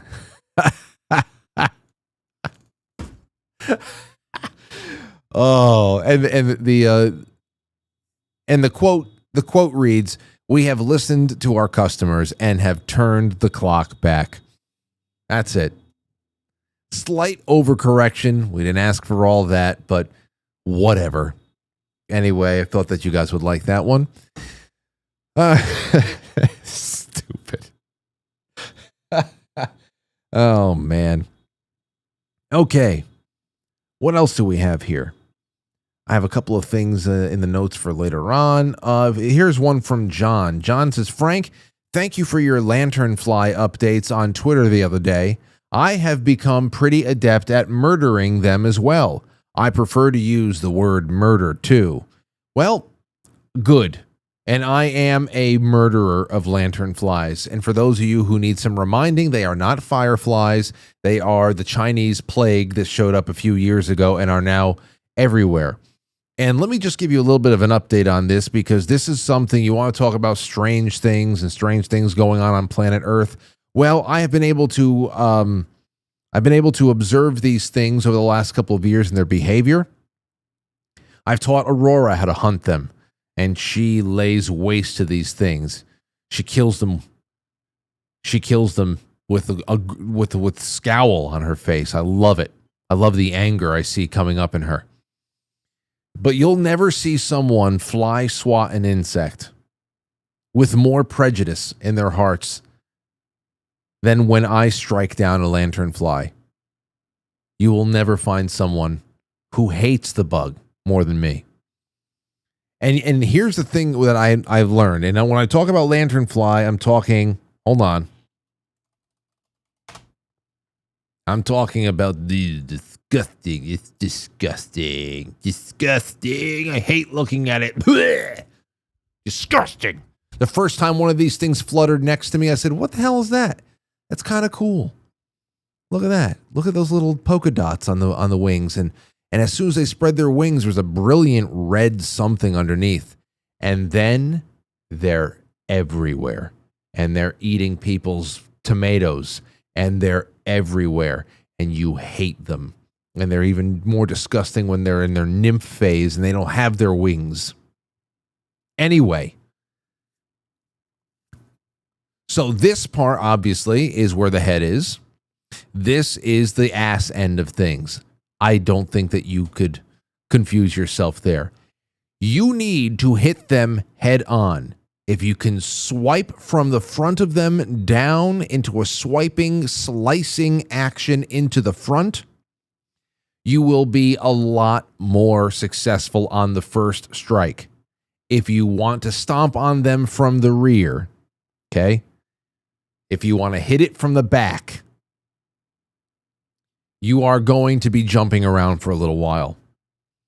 They are very fast at detecting an attack from the rear. If you stump, you're going to, they'll jump. The first time that I encountered them, that first year, they had 2 jumps in them and then they were exhausted. They have now gotten stronger. It is at least 3 to 4 jumps before they start getting a little sluggish. And when I say fast, the reflexes are incredible. All right, so they're evolving, and I have been watching how they've evolved, and I've learned, and I have changed the way that I've killed them, murdered them, slaughtered them. So you have to come from the front. Don't approach them from the rear, because that's where all their senses, it's off the charts. Now, here's the other thing there too. There is a very, they're becoming almost not as resilient as roaches, but they are becoming resilient and very strange in the way that they can move their limbs and they are alive still in parts for sometimes hours after they've been stomped to death. And I have seen something very strange about these things, that if you do not decimate them, they have to be decimated. Then I have seen these things attempt to slowly and surely reassemble themselves like transformers. Okay? Now, perhaps they won't be able to reconstitute their wings after it's been mangled and all that stuff, but they will work slowly, tediously to regain the ability to walk, even on only 2 legs. Okay? They become bipedal at that point. Perhaps they won't fly again, but they will crawl away like Gollum. All right? So I got to tell you, this year wasn't that bad compared to last year, but there was a couple of weeks where we were taking out a couple of dozen a day. And I know that this is very important to everybody at home. And if you don't have to deal with the lanternflies, then I hope that they never come your way, because they are pains in the ass. They're a real pain in the ass. Pain in the Neanderthal ass. Are there any Neanderthals out there in the audience? Call in. We have only a couple of minutes left. 914-200-0269. I want to hear from you. Let me get to the super chats and clear those out, and then we'll just end a little early and start extra innings, because I have some fun stuff to show you guys after this for extra innings. Let's see. The Sentinel says, what do you say? Job 40:15-25. Does that describe a dinosaur? I don't know. I don't have it. I don't have it in front of me. You got to let me know. Rev says, Frank, another great interview of an amazing guest. I didn't know Dave from Oppenheimer Project before this appearance. Absolutely fascinating stuff, and I appreciate his mix of yes, this, no, that, based on the data that can prove his position. Definitely will be looking up more. Yeah, I'd like to know a little bit more too. The thing that gets me is this, and that's why my position is always let a guest speak, and then just do a little bit of follow up afterwards, and then when they come back, ask them some follow up questions, and also pose questions to other guests that talk on similar topics, and the audience. That's the best part about the audience. So I can only ask the questions, and sometimes it goes into directions that I wasn't prepared for on topics and statements that I have absolutely no data inside of me to refute or to press on a little bit more. Sometimes you just got to let it roll and then and pick it up afterwards, and hopefully there's some really well-educated people in the audience that calls in to round things out. 423, you're on the air. Go ahead. Hey, Frank. Sean again. What's up, Sean? I'm a Neanderthal. You are? I am. Yeah, I did the 23andMe. Like an hour ago, I actually screenshotted the thing from 23andMe and emailed it to you. So I figured I'd just tell you to go check it out. Hold on a second. Sure. Hold on a second. I want to see this for myself. Let's see. It says I'm like 24% more than anyone else in the 23andMe database there. Wait, let me see. It's the Hey, Quite Sean. Frankly.tv. Hey, Sean, you have... Okay, wait, let me get this up on the... Let me see if I can get... Oh, wait, no, that's not it. Hold on. I'm going to have to put this up on the... All right, let me take this, put it on this... Put it on the desktop and then throw it up on the screen. All right, here we go. Let me stop that right there and let me put it up on the screen. Hey, Sean, you have more Neanderthal DNA than 24% of other customers. Neanderthals were prehistoric humans who interbred with modern humans before disappearing around 40,000 years ago. So that you've got a significant amount of Neanderthal in you, sir. I've been around a long time, man. You have. You carry a lot. You carry a lot of ancient information in that blood of yours.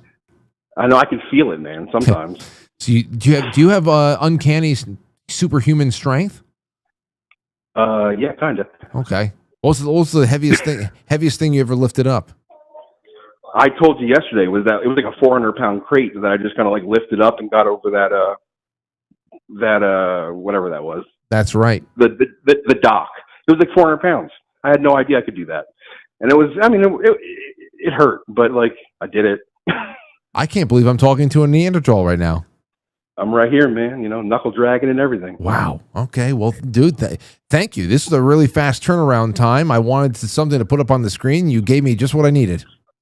There you go, dude. Take it easy. You too. Take care. Wow. There's probably more of you out there, aren't there? 40,000 years ago. What does that mean? We are probably... What was the advantages of being Neanderthal? What were the advantages? I'm telling you, I got to go back and listen to Lloyd Pye. There's that old presentation he did years before he died, obviously. You hopefully didn't do it years after he died. But what the hell did he do? It's Everything You Know Is Wrong. Is that the name of the presentation? But that's where he's talking about the overlap of all these things and where did it all go and what was the advantages of Neanderthal over who was smarter, who was more resilient. I've heard plenty of people say that Homo sapien, though we are considerably intelligent, at least some of us are, we're incredibly frail compared to past iterations of us. And was Neanderthal phased out? You want to talk about who's controlling what? Was Neanderthal phased out and bred down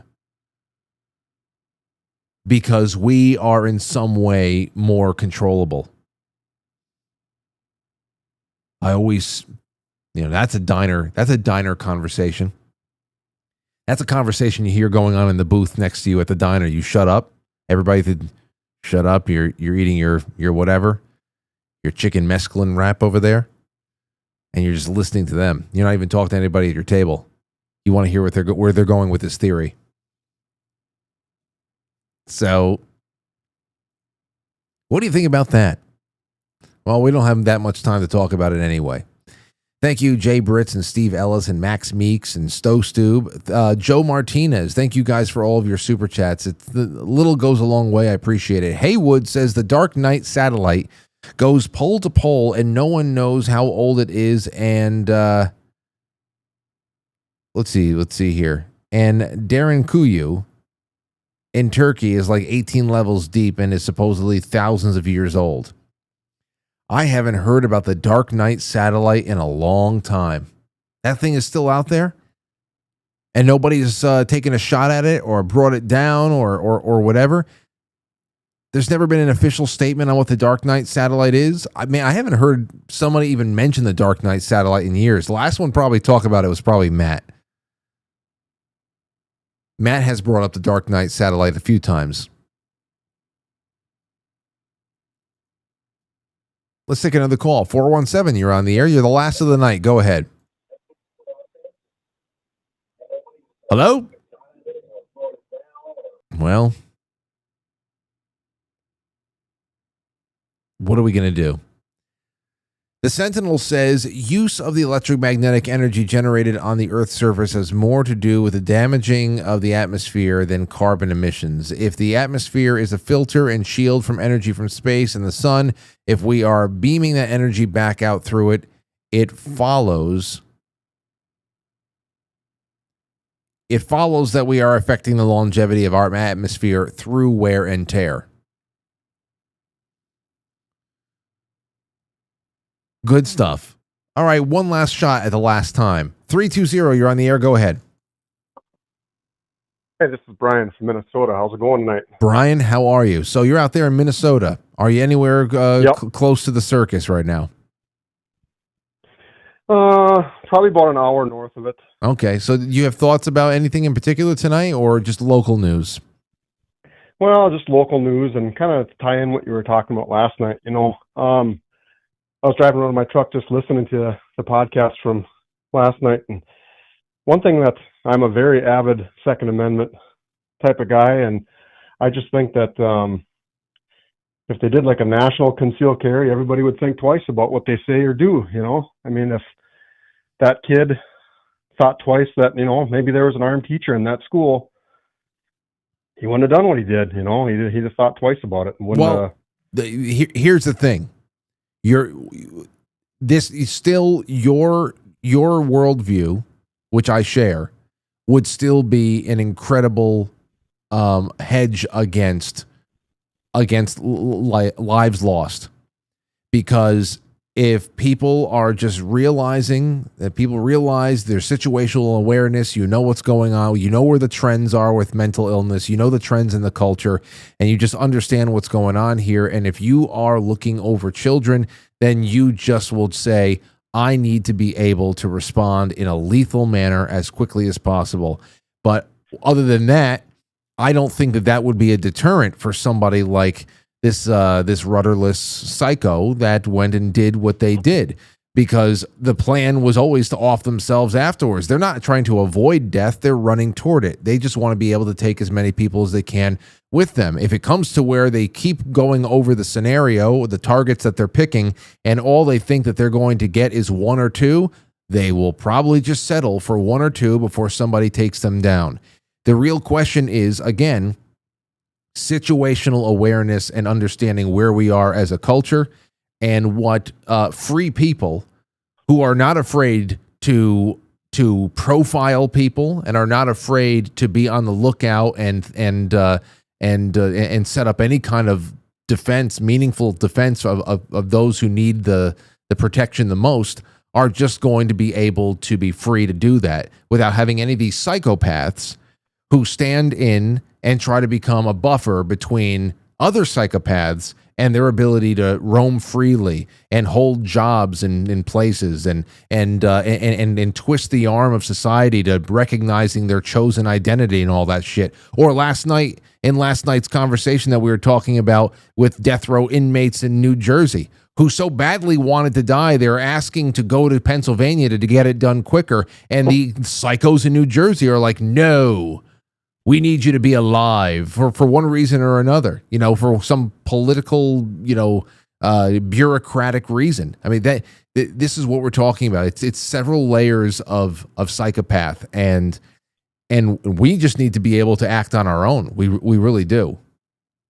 We do. And I think, we need to hold media accountable. We need to hold our legislators accountable. Like, there needs to be equal time for both parties to talk on TV. Like, he was just our great, vice presidential candidate and governor of the state, Mr. Waltz was just talking about, his hatred for Donald Trump the night before or the day before. I mean, why wouldn't he incite something like this? I mean, we see it. There's more people, and I can't wait until Dan Bongino and Kash Patel get their hands on Minnesota and they come here and blow this wide open, because there's so much corruption and so much, it just infuriates a guy. Anybody that owns anything in Minnesota just pays more and more taxes for what? It just doesn't seem like it's a good use of anything here in Minnesota. We just give it all away and just tax the people that own something. They just stack people on top of each other like cordwood in cities, and they don't care. They just vote a certain way, and they don't care about the people that actually own something or farm something or. Yep. I know. You're right. And into a great degree, I experienced that same exact reality over here in New York. It's just and it's a mindset. It's a parasitic mindset, and it is just so disgusting that how the parasites protect themselves when their daily mantras come back not only to bite them in the ass in some sort of an optical sense, but people lose their lives. It's one thing to have a statement. You made at a rally a couple of months before, age like milk. It's another thing to have, the only trick that you have in your bag that you pull out time and time again is to be us versus them, humane versus inhumane, tyrants and victims and bullies and all that other shit. And then somebody starts writing all over their magazines, kill Donald Trump, where is your God, this and that. And again, we're being fed it for a very specific reason. I guess it's been made public. We're going to have to just digest it for now. But this is a part of the reason why it's hard for me to make time for these topics whenever they become relevant again, because we're not even talking about anything helpful. It is a horrible thought to think about the terror that young children had to experience like that, and some lost their lives. The terror of parents to receive those horrible phone calls, especially the ones who receive the word that their children are gone, and to have it be done in mass, for have this to be so calculated in its sacrilegious respect. There are so many messages being sent here, regardless who the sender is, who the one who programmed this little agent of evil over here through however many forms of conditioning over the years. It doesn't. We can't even talk. We're not even talking about anything that's productive, because everybody is entrenched in their protective stances and trying to evade as much responsibility as possible, and that's fucking disgusting. So I hope that people who have the authority to flip over some tables in places like Minnesota, like you said, I hope they actually do it, and that's something I'll always cheer on. You bet. And what you said there is a mouthful, Frank. Like, people don't want to hear it. They don't want to listen to it. They try to silence anybody that says this is evil. And when they incite this stuff, that is evil too. That is like, and then you talk about it all the time on your show. We listen all the time, and it's like code words for, it's time, and to get these guys all riled up, and yeah. Yep. Well, thank Thank you for the call. I'm glad we got at least one local out there calling in, and even though this is something we all could react to, but thank you for being the guy to call in tonight, and perhaps we'll have some more time for open lines tomorrow. You bet. Thanks, Frank. Good job. Well, thank you. I'm telling you, we'll make more reasons to mental vacations every once in a while. This is what's waiting for you on the other side. All right, everybody. Well, listen, we are going to end right now. Miss Day Dawn says, these are my favorite conversations tonight. Having a great time. Yes, well, these are somebody brought out the tray of tea and coffee and the Entenmann's cake. This is what it was like. I love those nights where I didn't even really know what the hell everybody was talking about, especially when you start talking about money. I'm 6, 7, 8 years old. So there's something on the television that I wouldn't choose to watch, but I just wanted to be in a room with people, listening to them talk. I would just lay on the ground, lay on the living room floor, and listen to cousins and aunts and uncles and parents and grandparents just talk, bicker about anything. Didn't necessarily have to be current events, but sometimes it was. It makes it all feel a little bit, it just feels different when you can do that. So I'm glad some of you got that out of this. Thank you guys for everything. I'll talk to you tomorrow. Jay Gulanello will be in. It is the last show of the week, the last live show of the week. I have already scheduled the 7 o'clock Rumble premiere of our show on Saturday night with my cousins Sherry and Dave. It's going to be fantastic. If you haven't seen it, as many of you who haven't, Rumble is the place to watch that at 7 o'clock in the normal broadcast time. There's too much copyrighted music in it to put it on YouTube, so it's going to just be on Rumble. Go, and you're just going to love that. So tomorrow we're live with Jay, and then we're going to be going. Then I have a lot of work to do over here over the course of the weekend. Then next week is going to be weird. Next week is going to be strange, man. So first of all, Monday is September 1st. That's Labor Day. So if I'm probably not going to be on air. I didn't even think about that because I'm usually cooking for family and stuff and hosting. I'll probably go live for a Monday morning coffee stream. I'll go live for the coffee stream Friday morning this week as well because I didn't do it on Monday, knowing that I had the off day Friday and I wanted some stuff to put in there. But then we have Tuesday the 2nd. We got Christopher Knowles coming on. No relation to Michael Knowles. You're going to love that night. We're going to talk about Anne Heche and some really crazy digging that Christopher Knowles had. He's an author, a really, really awesome guest. Never on this show before. I've been waiting for this one for a long time. But we're going to have some really good stuff going on next week. We might only be on air two days that week because Thursday the 4th, I should probably take off to just prepare in here. And then Friday night the 5th, I will be going live at 7 o'clock with people milling around for the VIP night. And I'll be live for about an hour, from about 7 to 8. We'll see who I can pull in here and have some fun and what kind of attention I can put on in the crowd and all that. So it's going to be a very strange week, but very exciting week next week. And tomorrow night is really like that last breath of air. Who knows? It's a long weekend, so maybe I will go live on Saturday the 30th when everybody goes to bed at home. Maybe I'll go live from Studio B. The nights have been nice and cool, so maybe I'll go live from Studio B. We'll just do some call-ins. I'll let you know about that, though. If we do that, that'll be a bonus. Anyway, I'll talk to you soon. Extra Innings is on the other side of the end credits. I'll be putting the link in the description, or just go to quitefrankly.tv right now. You can click on through to Pilled. It's right there. Nighty night. I'll catch you on the flip side.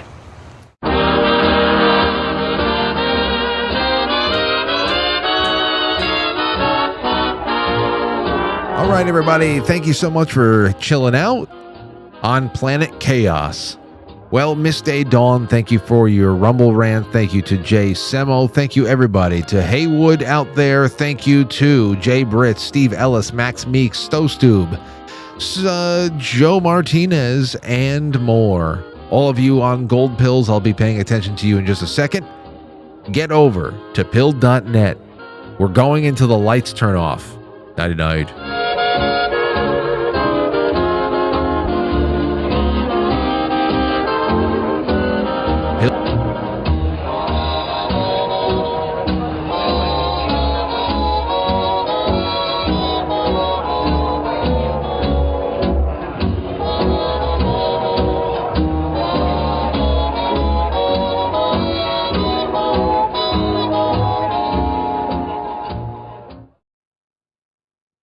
Goodbye. All right, that's it.